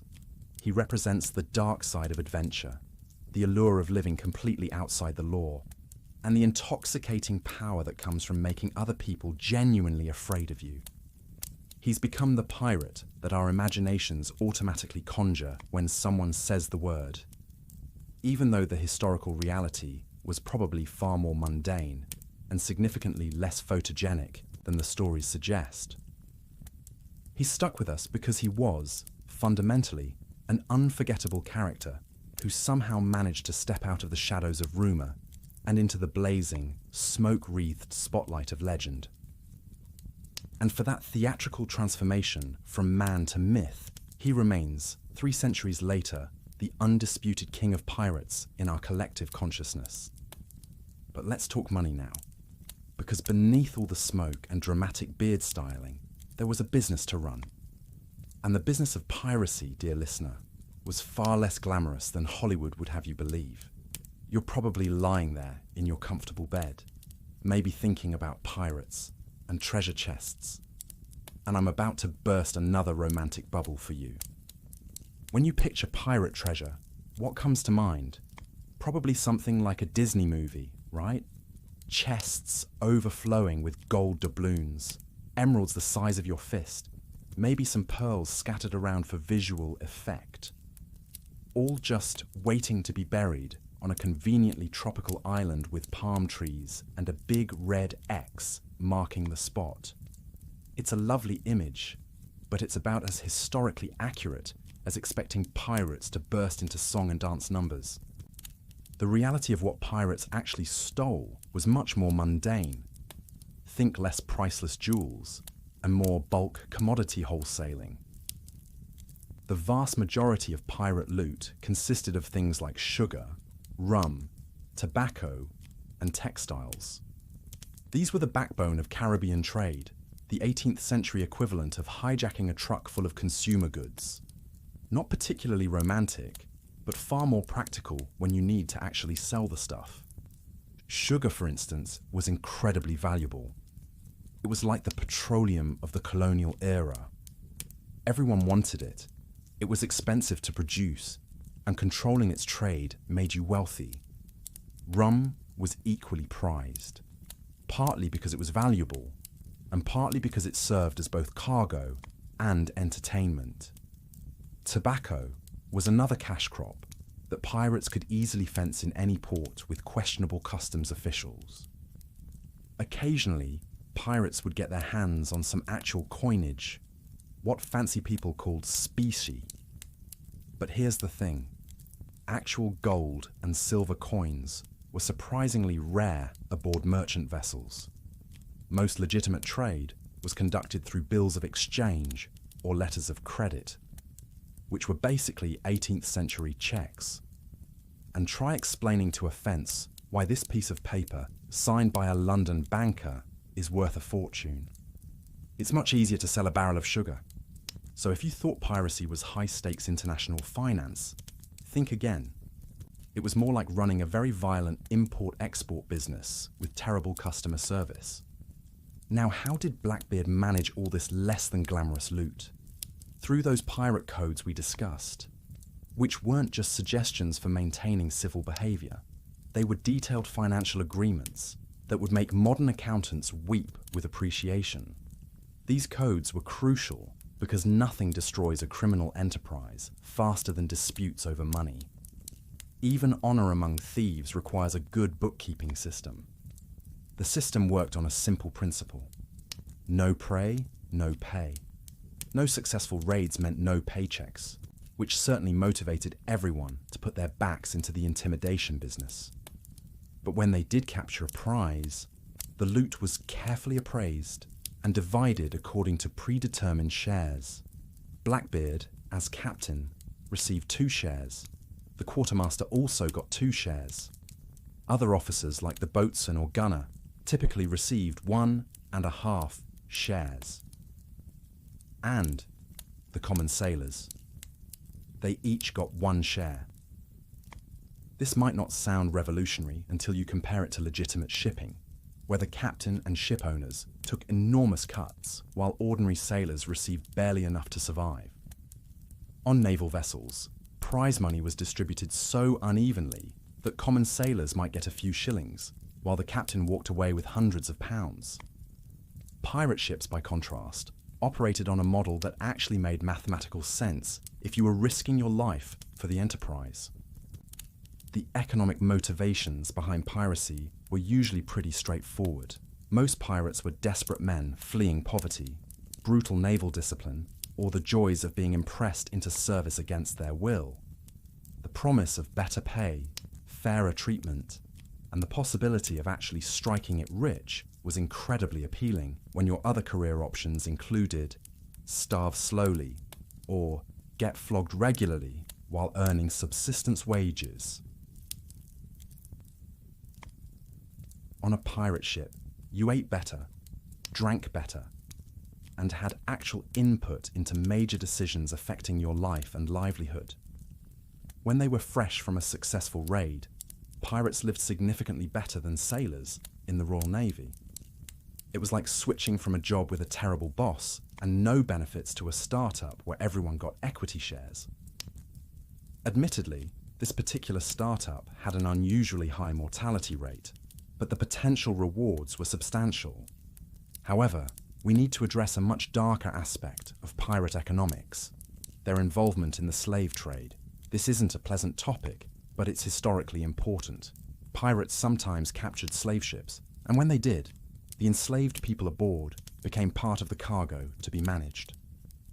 Blackbeard's flagship, the Queen Anne's Revenge, was originally a French slave ship called La Concorde. When he captured it, he put the enslaved people ashore rather than dealing with them. But this was practicality, not humanitarian concern. Other pirates did engage with the slave trade when it was profitable. Enslaved people might be sold in markets where there was demand, or occasionally, small numbers might be forced to join pirate crews as laborers or musicians. This highlights something uncomfortable about pirates.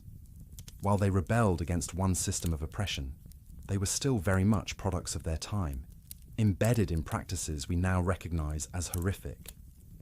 They were opportunists who saw human beings as commodities, just like sugar or rum. And now, let's destroy the most persistent pirate myth of all.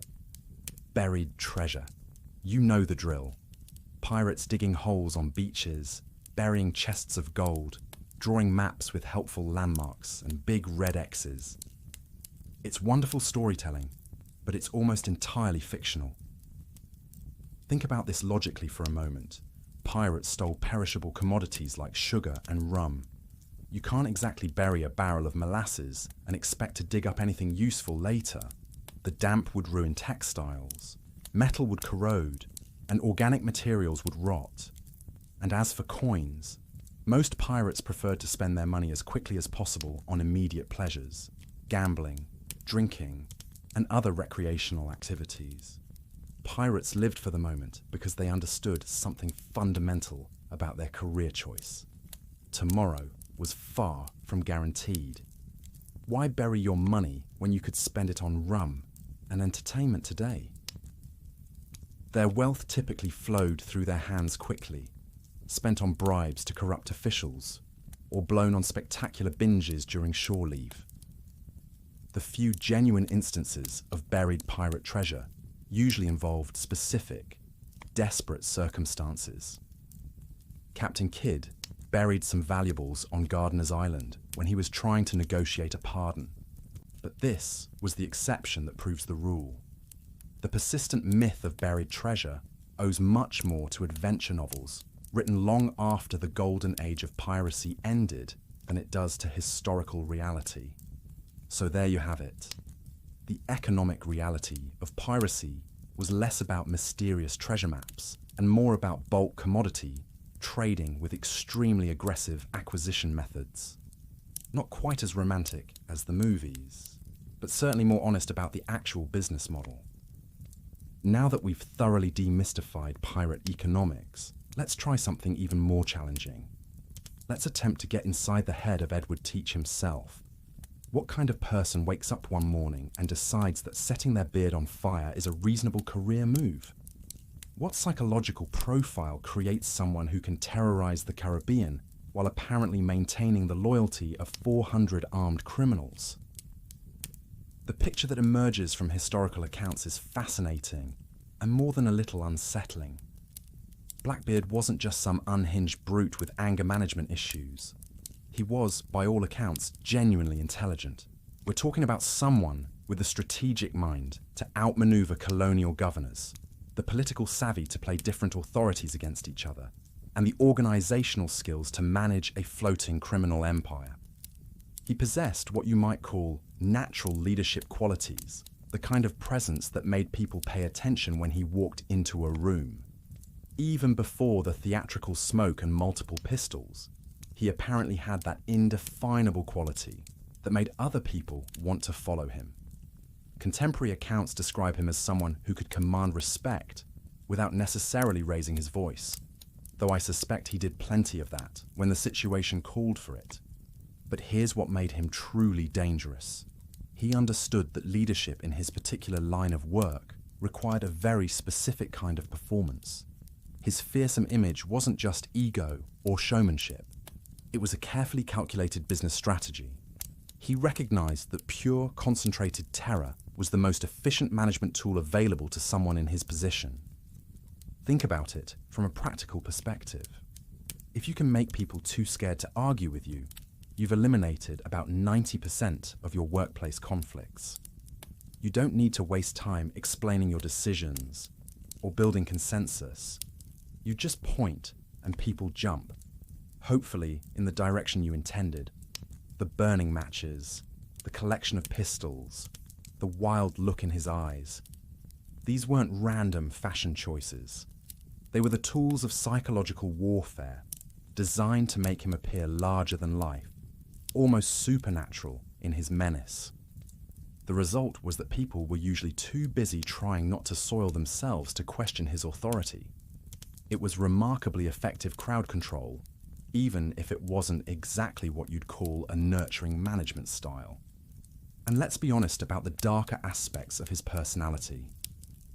Blackbeard had a well-deserved reputation for violence and cruelty, and he wielded both with calculated precision. This wasn't just the unavoidable brutality of a dangerous profession. It was a deliberate strategy for maintaining absolute authority. Remember that chilling story about him shooting his own crew member, Israel Hands, in the knee? When asked why he'd randomly crippled one of his officers, Blackbeard's explanation was coldly logical. If I did not now and then kill one of them, they would forget who I was. That's not a moment of rage or poor impulse control. That's a carefully orchestrated reminder of the hierarchy aboard his ship. Imagine the psychological impact of working under those conditions. You know the rules. You know he's generally fair with the loot distribution. You understand that pirate democracy means you have more say in decisions than you'd ever get on a legitimate ship. But there's always that nagging awareness that your captain might decide you need to serve as an object lesson for the rest of the crew. It created this constant low-level tension that probably kept everyone extremely focused on their jobs. Nobody wanted to be the next random example. It was like working for a boss who might fire you by literally firing at you, which tends to concentrate the mind wonderfully. This kind of psychological manipulation was part of what made life under Blackbeard so psychologically complex. Your captain might be fairish and democratic most of the time, but there was always this underlying threat of sudden, inexplicable violence. It meant his crew had to constantly balance their desire for freedom and riches against the very real possibility that their leader might decide they needed a new hole in their leg. It was effective leadership, certainly, but it came with a psychological cost that probably made everyone a little jumpy at staff meetings. What's fascinating is how this reveals Blackbeard's fundamental duality. On one hand, he was clearly a strategic mastermind. He understood logistics, naval tactics, political maneuvering, and the power of personal branding. He knew when to fight, when to negotiate, when to accept a pardon, when to disappear. He managed complex alliances and apparently ran an efficient criminal organization that could coordinate multiple ships and hundreds of men. But on the other hand, he was completely ruthless in his opportunism. He'd discard allies when they stopped being useful, exploit any weakness he could find, and use violence with a precision that was both impressive and terrifying. He wasn't driven by ideology or grand principles. His goals were fairly straightforward: profit, survival, and maintaining power. But he pursued those goals with an intensity and psychological sophistication that set him apart from your average criminal. This combination of brilliant strategic thinking and willingness to embrace brutal theatricality is what makes Blackbeard such a compelling historical figure.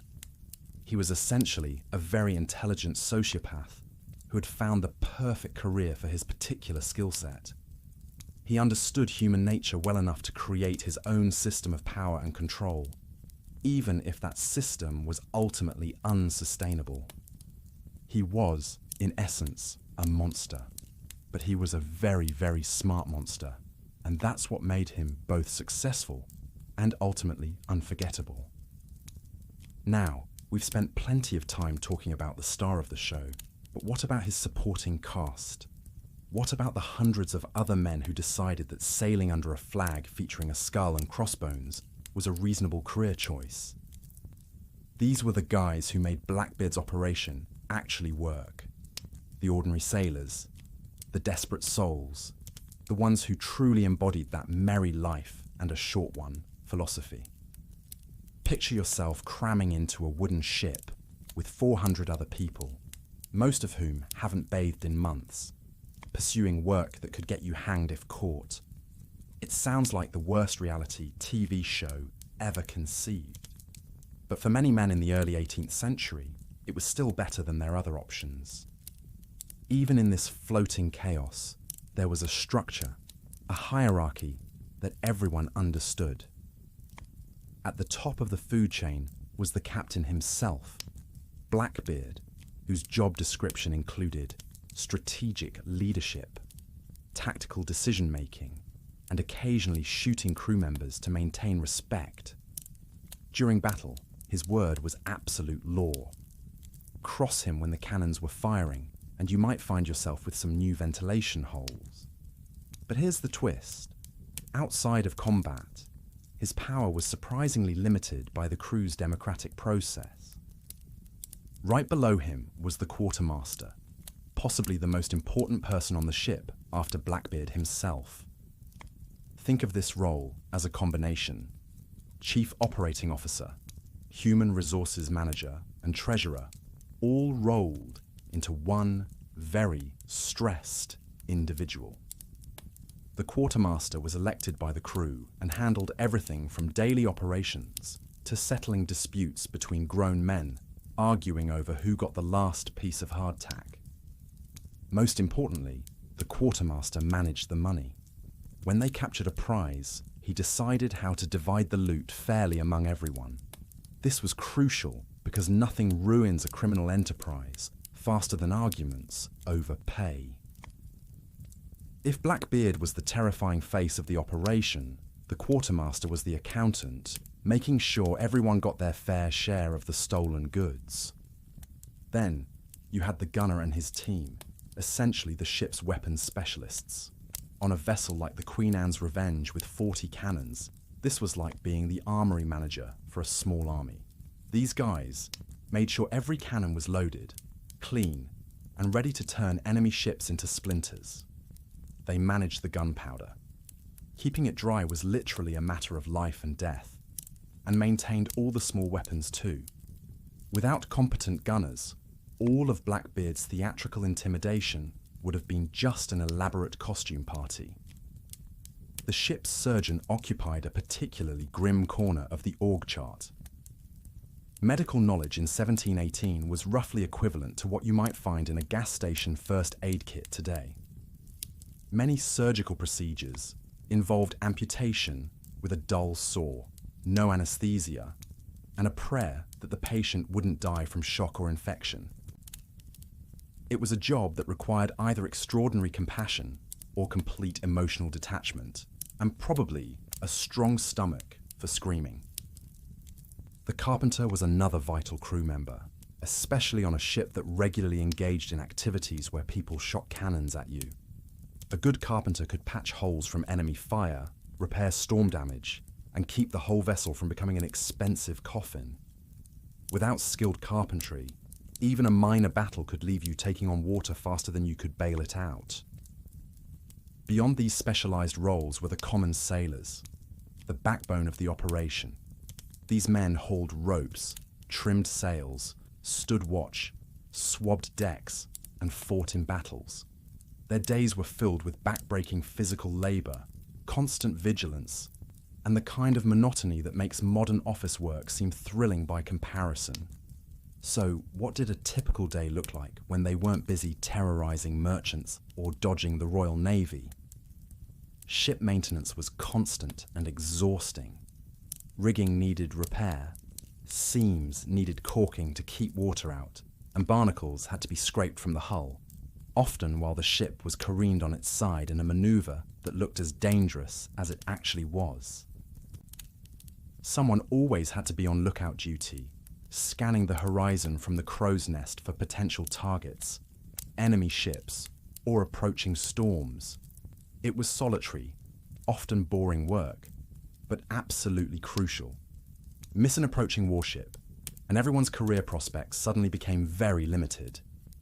Battle preparation was ongoing even during peaceful moments.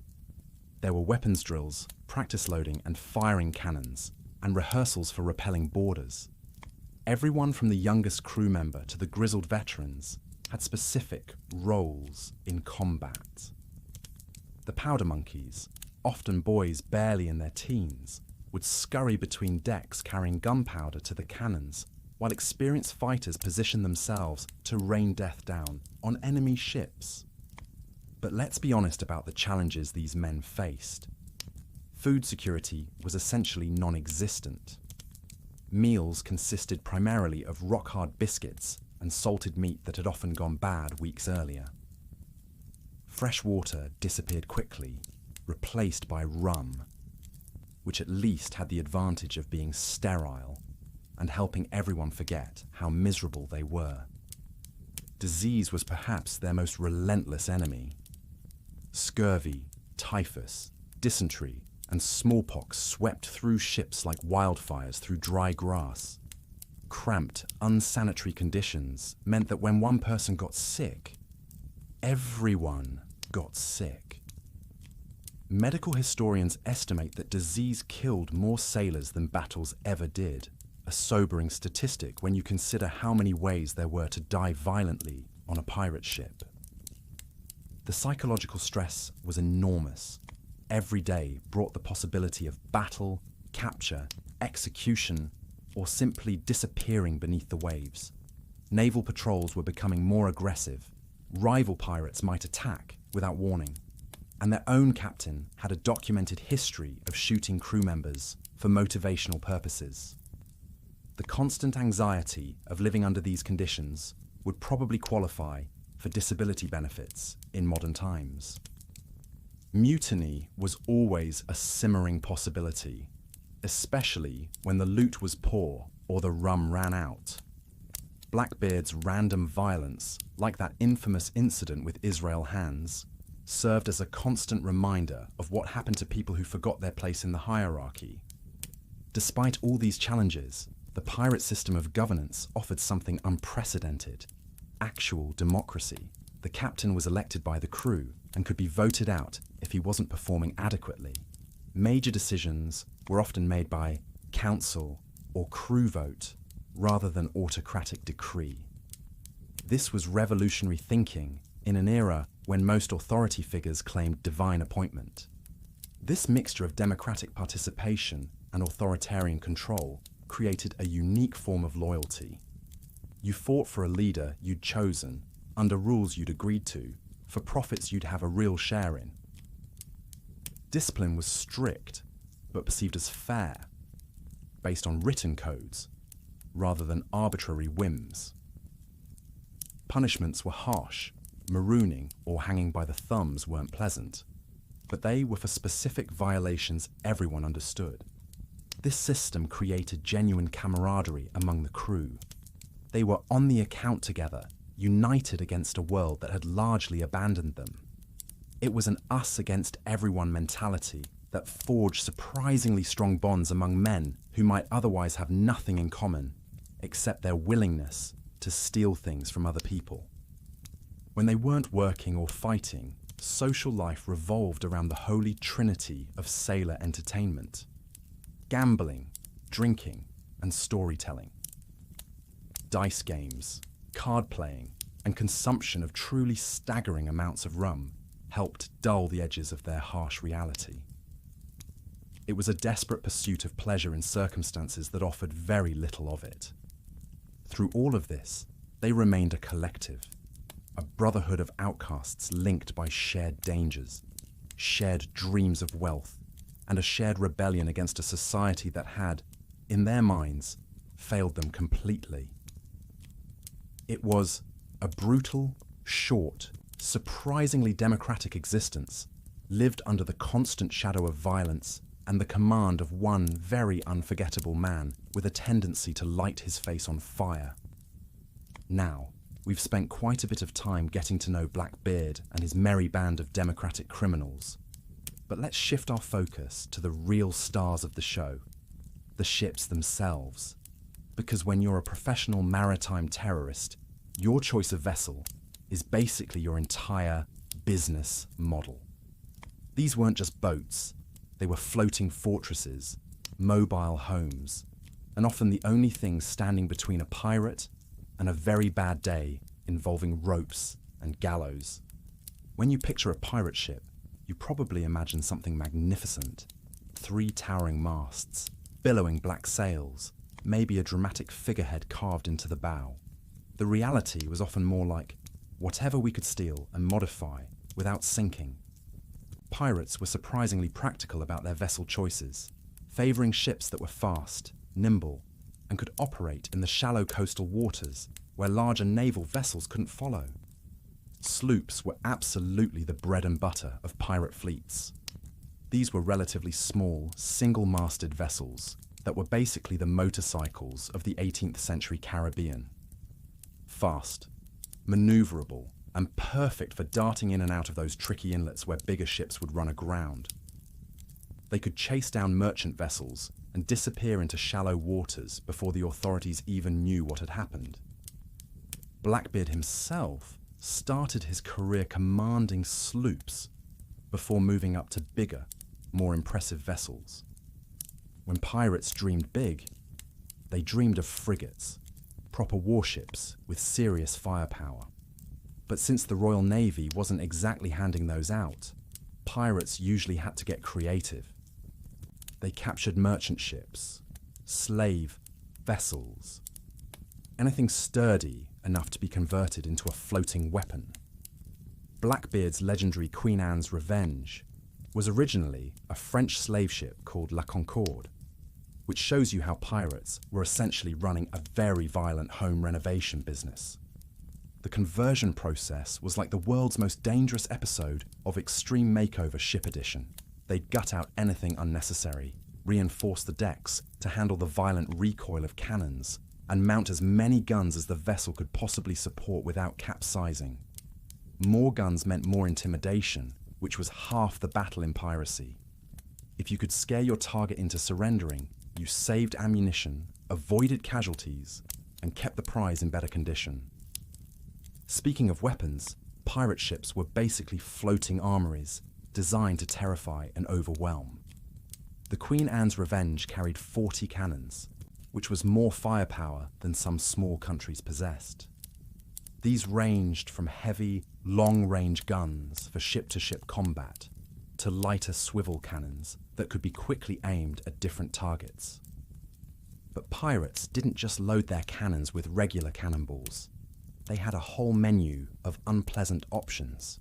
Chain shot consisted of 2 cannonballs connected by a chain that would spin through the air like a medieval helicopter blade, specifically designed to shred sails and rigging. One good chain shot could turn a fast merchant vessel into a sitting duck. Then there was Langridge, which was essentially the 18th century equivalent of a claymore mine. Canvas bags packed with scrap iron, nails, broken glass, rusty metal fragments, anything sharp and deadly they could find lying around. When fired from a cannon, it turned into a devastating cloud of shrapnel that could clear an enemy deck in seconds. It was designed specifically to kill and maim people, rather than damage ships, which tells you something about pirate priorities. For close quarters combat, pirates carried an impressive personal arsenal. Muskets for opening volleys, though they were painfully slow to reload in battle. Multiple pistols, Blackbeard famously carried 6, because it was faster to draw a fresh weapon than reload one you'd already fired. The iconic cutlass, that curved sword perfect for hacking and slashing in the cramped confines of a ship's deck. And, perhaps most terrifying of all, improvised grenades, glass bottles or bamboo tubes packed with gunpowder and metal fragments, lit with a fuse and lobbed onto enemy decks to cause maximum chaos and terror. Pirate naval tactics were all about efficiency and psychological warfare. They rarely engaged in prolonged ship-to-ship artillery duels because that risked damaging the valuable prize they were trying to capture. Instead, they relied on a combination of terror and overwhelming force. First came the intimidation phase, flying their fearsome black flags, Blackbeard with his smoking beard, anything to convince the enemy that resistance was futile, and surrender was the only rational option. If psychological warfare didn't work, they'd fire just enough to disable the target, chain shot to destroy sails and prevent escape, maybe a volley of language to demonstrate what would happen to anyone stupid enough to keep fighting. The goal was always to board as quickly as possible. Pirates wanted hand-to-hand combat, where their numerical superiority and sheer ferocity could overwhelm merchant crews before they had time to organize proper resistance.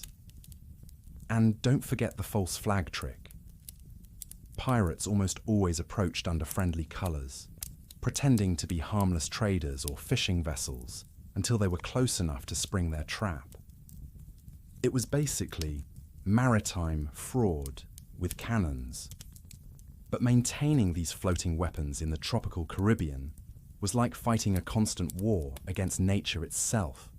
The warm, salty water was paradise for marine organisms that treated wooden ships like an all-you-can-eat buffet. Barnacles would attach to the hull, slowing the ship down. Shipworms, basically underwater termites, would literally eat through the wooden planks, creating holes that could sink the entire vessel. The solution was something called careening, which was about as fun as it sounds. Pirates would beach their ship or tip it onto its side in shallow water, exposing half the hull. Then the entire crew would spend days scraping off barnacles, cleaning algae, and frantically plugging holes made by shipworms before flipping the ship to do the other side. Imagine taking your car to a mechanic, except the mechanic is 400 guys with scrapers, and you have to literally tip your car over to work on it, and you're completely defenseless while this is happening. These maintenance sessions had to happen every few months, but the increasing pressure from naval patrols meant finding safe places to careen became harder and harder. You couldn't exactly post a ship under repair, please don't attack sign, and expect the Royal Navy to respect your maintenance schedule. Beyond the constant battle against marine life, pirates faced environmental and logistical challenges that would make modern supply chain managers weep. Fresh water was always limited and quickly became stagnant in tropical heat. Food spoiled rapidly in conditions where refrigeration meant, hope it's cooler in the shade.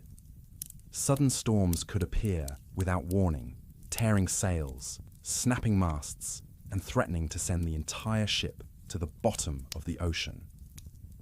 Navigation relied on dead reckoning and celestial observations, skills that are now handled by satellites and GPS apps. And imagine trying to resupply hundreds of armed, hungry, thirsty men while constantly on the run from authorities. Every port visit was a gamble. Would the locals be friendly? Would the harbour be crawling with naval officers? Would there be enough rum to keep the crew happy? These daily realities tested even the most hardened pirates' resolve. So while the stories focus on dramatic battles and daring escapes, remember that pirate ships were actually incredibly fragile. Complex systems fighting a constant battle against decay, the elements, and an ever-growing number of people who wanted them permanently off the high seas. Now we've covered the ships, the surprisingly democratic crew dynamics, and the harsh realities of maritime life. But it's time to talk about Blackbeard's secret weapon, and it wasn't his cannons, his crew, or even his political maneuvering.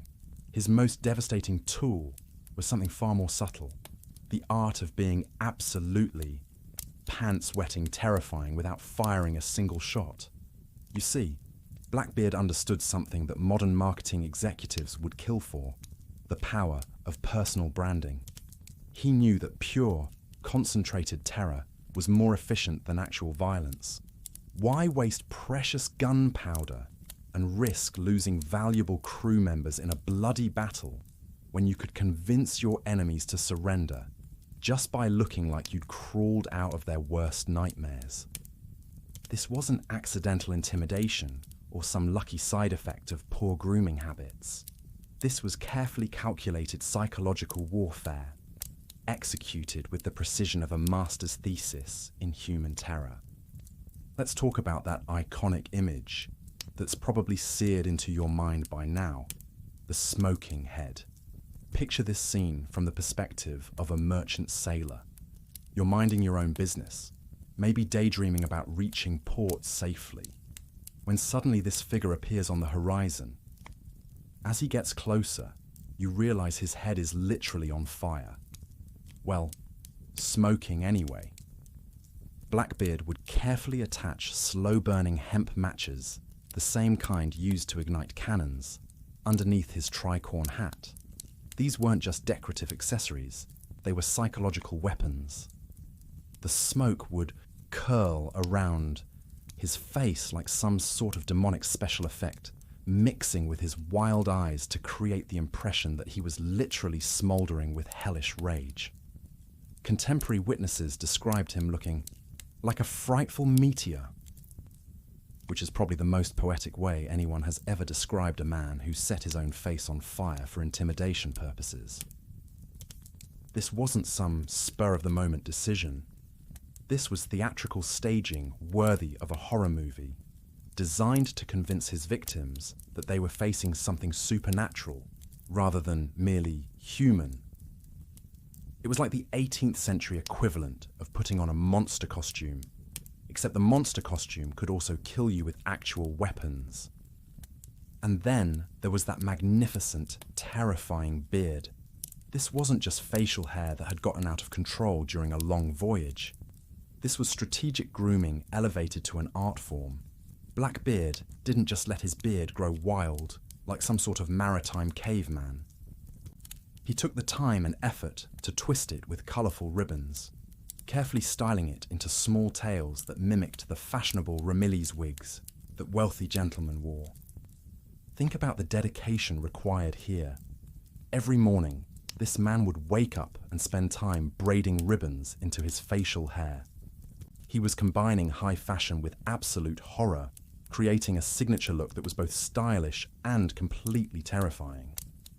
It was his trademark intimidating feature, as carefully cultivated as any modern celebrity's image, except instead of selling perfume or energy drinks, he was selling the concept of immediate surrender. The psychological impact on his victims was immediate and devastating. Imagine you're a merchant captain, scanning the horizon through your spyglass when you see that fearsome visage approaching. There's smoke curling around his head, his elaborately styled beard whipping in the wind, his aggressive posture broadcasting violence and mayhem. Before he even speaks, before he fires a single shot, your crew is already having serious conversations about career changes. This preemptive psychological assault often caused complete breakdowns in enemy resistance. Officers would freeze up, Sailors would abandon their posts, and sheer panic would ripple through the target ship faster than gossip in a small town. This wasn't an unintended consequence of his appearance. This was precisely the goal. He was exploiting basic human psychology, tapping into primal fears of the unknown, the monstrous, the otherworldly. This implementation of physical intimidation was brilliant tactical thinking disguised as showmanship.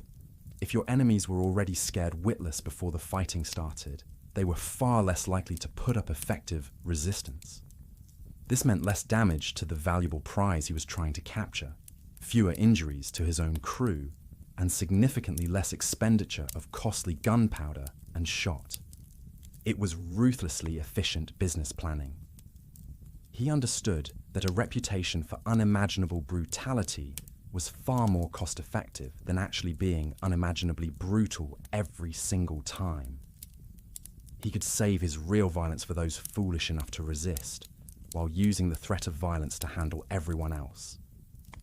It was like having a nuclear deterrent, except instead of missiles, he had an incredibly well-groomed beard and some creative use of hemp rope. How did this compare to other pirates of his era? While many pirates relied on general reputations for ruthlessness, Blackbeard elevated intimidation to a performance art. Bartholomew Roberts was known for strict discipline and military efficiency. Charles Vane had a reputation for sheer brutality and unpredictability. But Blackbeard perfected the theatrical approach to terror. Where other pirates might simply be violent or aggressive, Blackbeard added layers of performative horror that made him unique in the pirate world. He understood that the idea of him could be more powerful than the reality. He was essentially running a very successful brand built entirely on fear, something his contemporaries learned from but rarely matched. He created an image designed to bypass rational thought and go straight for the gut-level terror that makes people drop their weapons and start negotiating before the fighting even begins. By mastering this psychological dimension of piracy, Blackbeard often achieved his objectives with minimal actual fighting. It was like living in a perpetual horror movie where the monster was always about to appear around the corner, except the monster wanted your cargo rather than your soul. And honestly, when faced with that smoking, ribbon-bearded apparition bearing down on your ship, most people decided that handing over some sugar and rum was a perfectly reasonable price for avoiding whatever fresh hell this demonic figure had in mind. But here's the thing about being the most terrifying man on the high seas. You don't operate in isolation.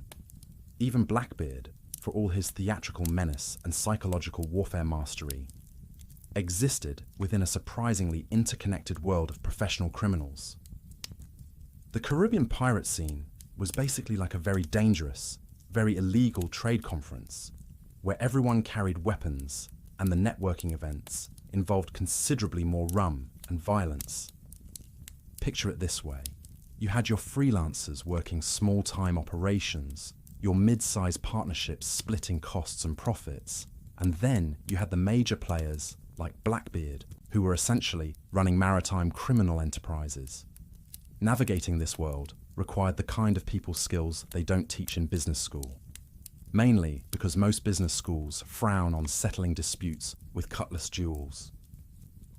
Blackbeard's relationships with other pirates perfectly illustrate just how complex this network could be. Take Charles Vane, for instance. Vane was what you might charitably call a complete nightmare of a human being. He was brutally violent, completely uncompromising, and had the kind of hair-trigger temper that made Blackbeard look like a diplomat. Vane was famously one of the few pirates to tell the king's pardon to go stuff itself, which tells you something about either his principles or his complete lack of survival instincts. For a time, these two absolute terrors of the sea actually worked together. Imagine the combined effect of Blackbeard's psychological theatre and Vane's unhinged brutality operating as a team. It was like pairing a master of mind games with a walking embodiment of violence.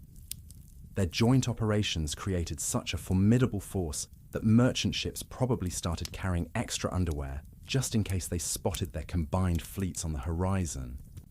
But perhaps the most entertaining example of Blackbeard's professional relationships was his encounter with Stader Bonnet, who has to rank as one of history's most spectacular career change disasters. Bonnet was a wealthy plantation owner who apparently woke up one day and decided that what his life really needed was more piracy. It was like a modern hedge fund manager suddenly deciding to become a professional wrestler without bothering to learn how wrestling works. Bonnet bought himself a proper pirate ship and set off to terrorize the Caribbean, which would have been admirable if he'd had even the slightest idea what he was doing. Instead, he was chronically seasick, had no naval experience whatsoever, and possessed all the natural leadership qualities of a soggy biscuit. His crew, who were actual professional criminals, quickly realized they were working for someone whose piracy skills were roughly equivalent to those of an enthusiastic amateur. When Blackbeard encountered this floating disaster, his response was both ruthless and brilliant. He essentially staged the politest hostile takeover in pirate history. Bonnet got to keep his ship and his title, but one of Blackbeard's trusted lieutenants actually ran everything, while Bonnet was demoted to being what we might generously call a consultant aboard Blackbeard's flagship. It was a corporate restructuring with cutlasses. This kind of maneuvering was only possible because pirates operated out of specific bases, havens where they could rest, resupply, and conduct the administrative side of their criminal enterprises.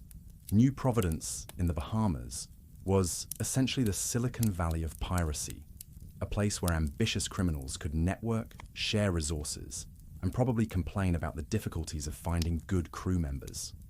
For years, New Providence operated as a self-governing pirate republic where the local authorities had basically given up any pretense of law enforcement. It was like a combination of a free port, an arms bazaar, and the world's most dangerous retirement community. Pirates could repair their ships, divide their loot, and spend their money on the three pillars of pirate entertainment: alcohol, gambling, and more alcohol. Later, Blackbeard moved his base of operations to North Carolina, specifically Bathtown and Ocracoke Island. This wasn't just a change of scenery, it was a strategic business decision. North Carolina was essentially the colonial equivalent of a corporate tax haven. The local governor, Charles Eden, seemed far more interested in receiving generous consulting fees from pirates than in actually enforcing inconvenient laws about maritime theft. This arrangement created a perfect environment for Blackbeard's hybrid approach to piracy. He could operate relatively openly while maintaining a thin veneer of legitimacy through carefully timed pardons and creative interpretations of salvage law.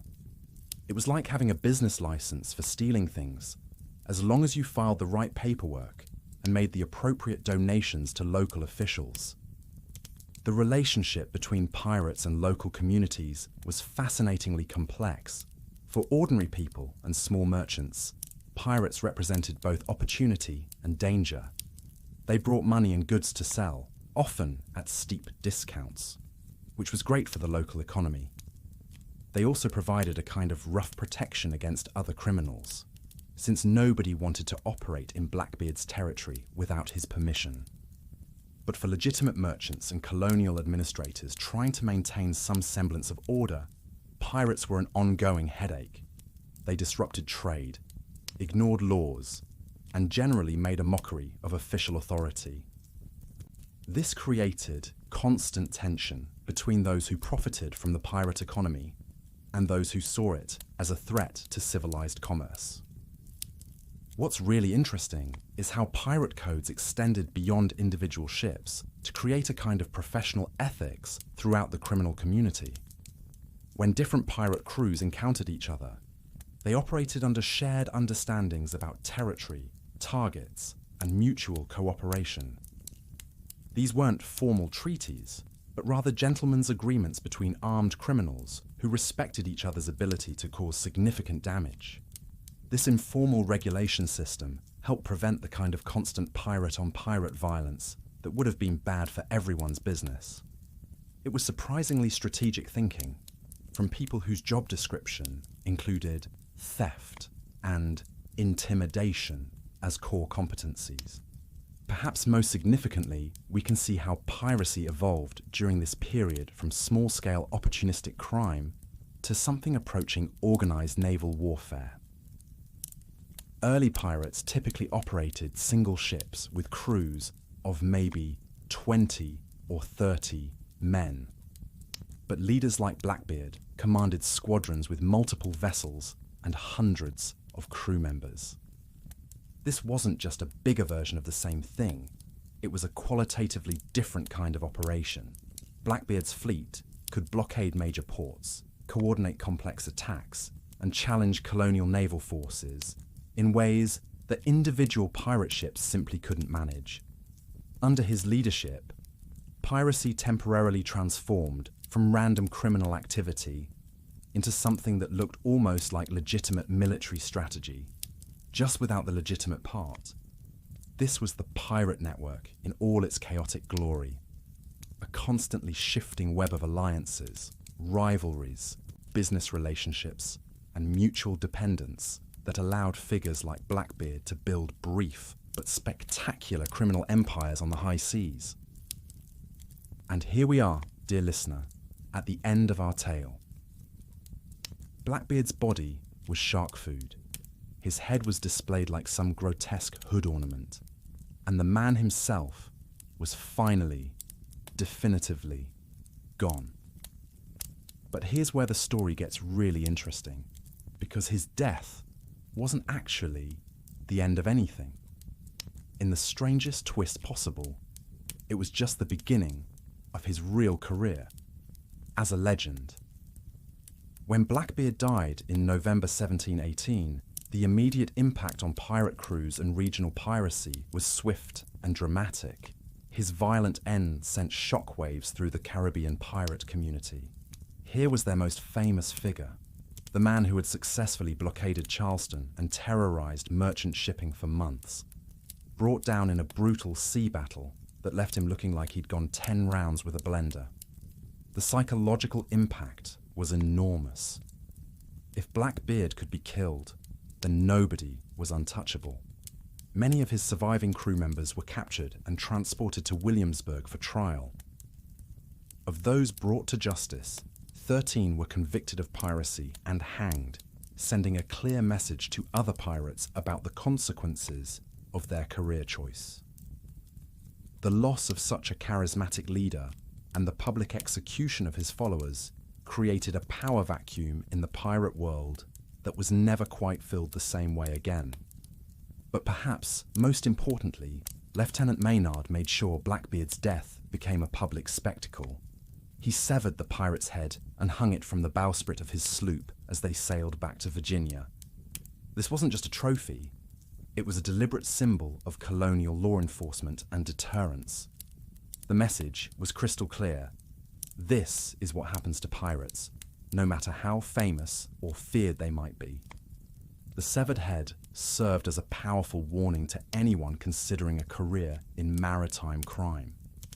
It was displayed publicly, probably in Williamsburg, as a grim reminder of royal authority. This kind of public display was standard practice for dealing with executed criminals, but Blackbeard's head carried special significance because of his notorious reputation. Colonial authorities were essentially saying, "We got the big one, and we'll get you too." Blackbeard's death marked a crucial turning point in the shift toward colonial naval dominance. His demise coincided with, and perhaps accelerated, a massive increase in anti-piracy campaigns throughout the Caribbean and along the American coast. The Royal Navy, which had been somewhat lackadaisical in its pursuit of pirates, suddenly got serious about the problem. Post-1718, we see a dramatic escalation in naval resources dedicated to hunting down pirates. Ships were specifically designed for shallow coastal waters, where pirates like to hide, patrols became more frequent and aggressive. The informal tolerance that had allowed places like New Providence to operate as pirate republics came to an abrupt end as colonial authorities received clear mandates from London to clean up the Caribbean once and for all. This military crackdown was remarkably effective. Within just a few years, the organised pirate fleets that had terrorised shipping for decades were largely broken up. Individual pirates might still operate, but the era of pirate squadrons blockading major ports was essentially over. Blackbeard's death thus became symbolic of the broader decline of the Golden Age of Piracy. The period from roughly 1650 to 1730, when piracy flourished in the Caribbean and along the American coast, was coming to its violent conclusion. The combination of more aggressive naval enforcement, the elimination of major pirate leaders, and the gradual stabilization of colonial governments made large-scale piracy increasingly untenable. But while the reality of piracy was ending, its mythological life was just beginning. And here's where things get really fascinating from a cultural perspective. The man who deserves the most credit for transforming Blackbeard from dead criminal into immortal legend is Captain Charles Johnson, the mysterious author of A General History of the Robberies and Murders of the Most Notorious Pirates, published in 1724. Many historians believe Johnson was actually Daniel Defoe writing under a pseudonym, though this remains disputed. Johnson's book was essentially the TMZ of its era, part journalism, part sensationalized entertainment. He took what was already a compelling story and enhanced it with dramatic flourishes, fictional dialogues, and embellished details that made Blackbeard seem less like a historical figure and more like a character from a horror novel. The book described Blackbeard's appearance in vivid, terrifying detail. The massive black beard twisted with ribbons, the burning matches under his hat creating an aura of smoke, the arsenal of pistols across his chest. While some of these details were probably accurate, Johnson wasn't particularly concerned with strict historical accuracy when a good story was at stake. This book created the template for how we still think about pirates today. Before Johnson, pirates were just criminals. After his book, they became larger-than-life figures of terror and adventure. Blackbeard, in particular, became the archetypal pirate, the standard by which all other fictional pirates would be measured. Every pirate you've ever seen in movies, read about in books, or encountered in popular culture owes something to Johnson's portrayal of Blackbeard. The theatrical appearance, the combination of terror and charisma, the elaborate facial hair, these all became standard elements of the pirate image because of how Blackbeard was portrayed in this influential book. But we should probably take a moment to reflect on the brutal realities versus the romanticized image of piracy that emerged from stories like Johnson's. The reality was far grimmer than the swashbuckling adventures we often imagine.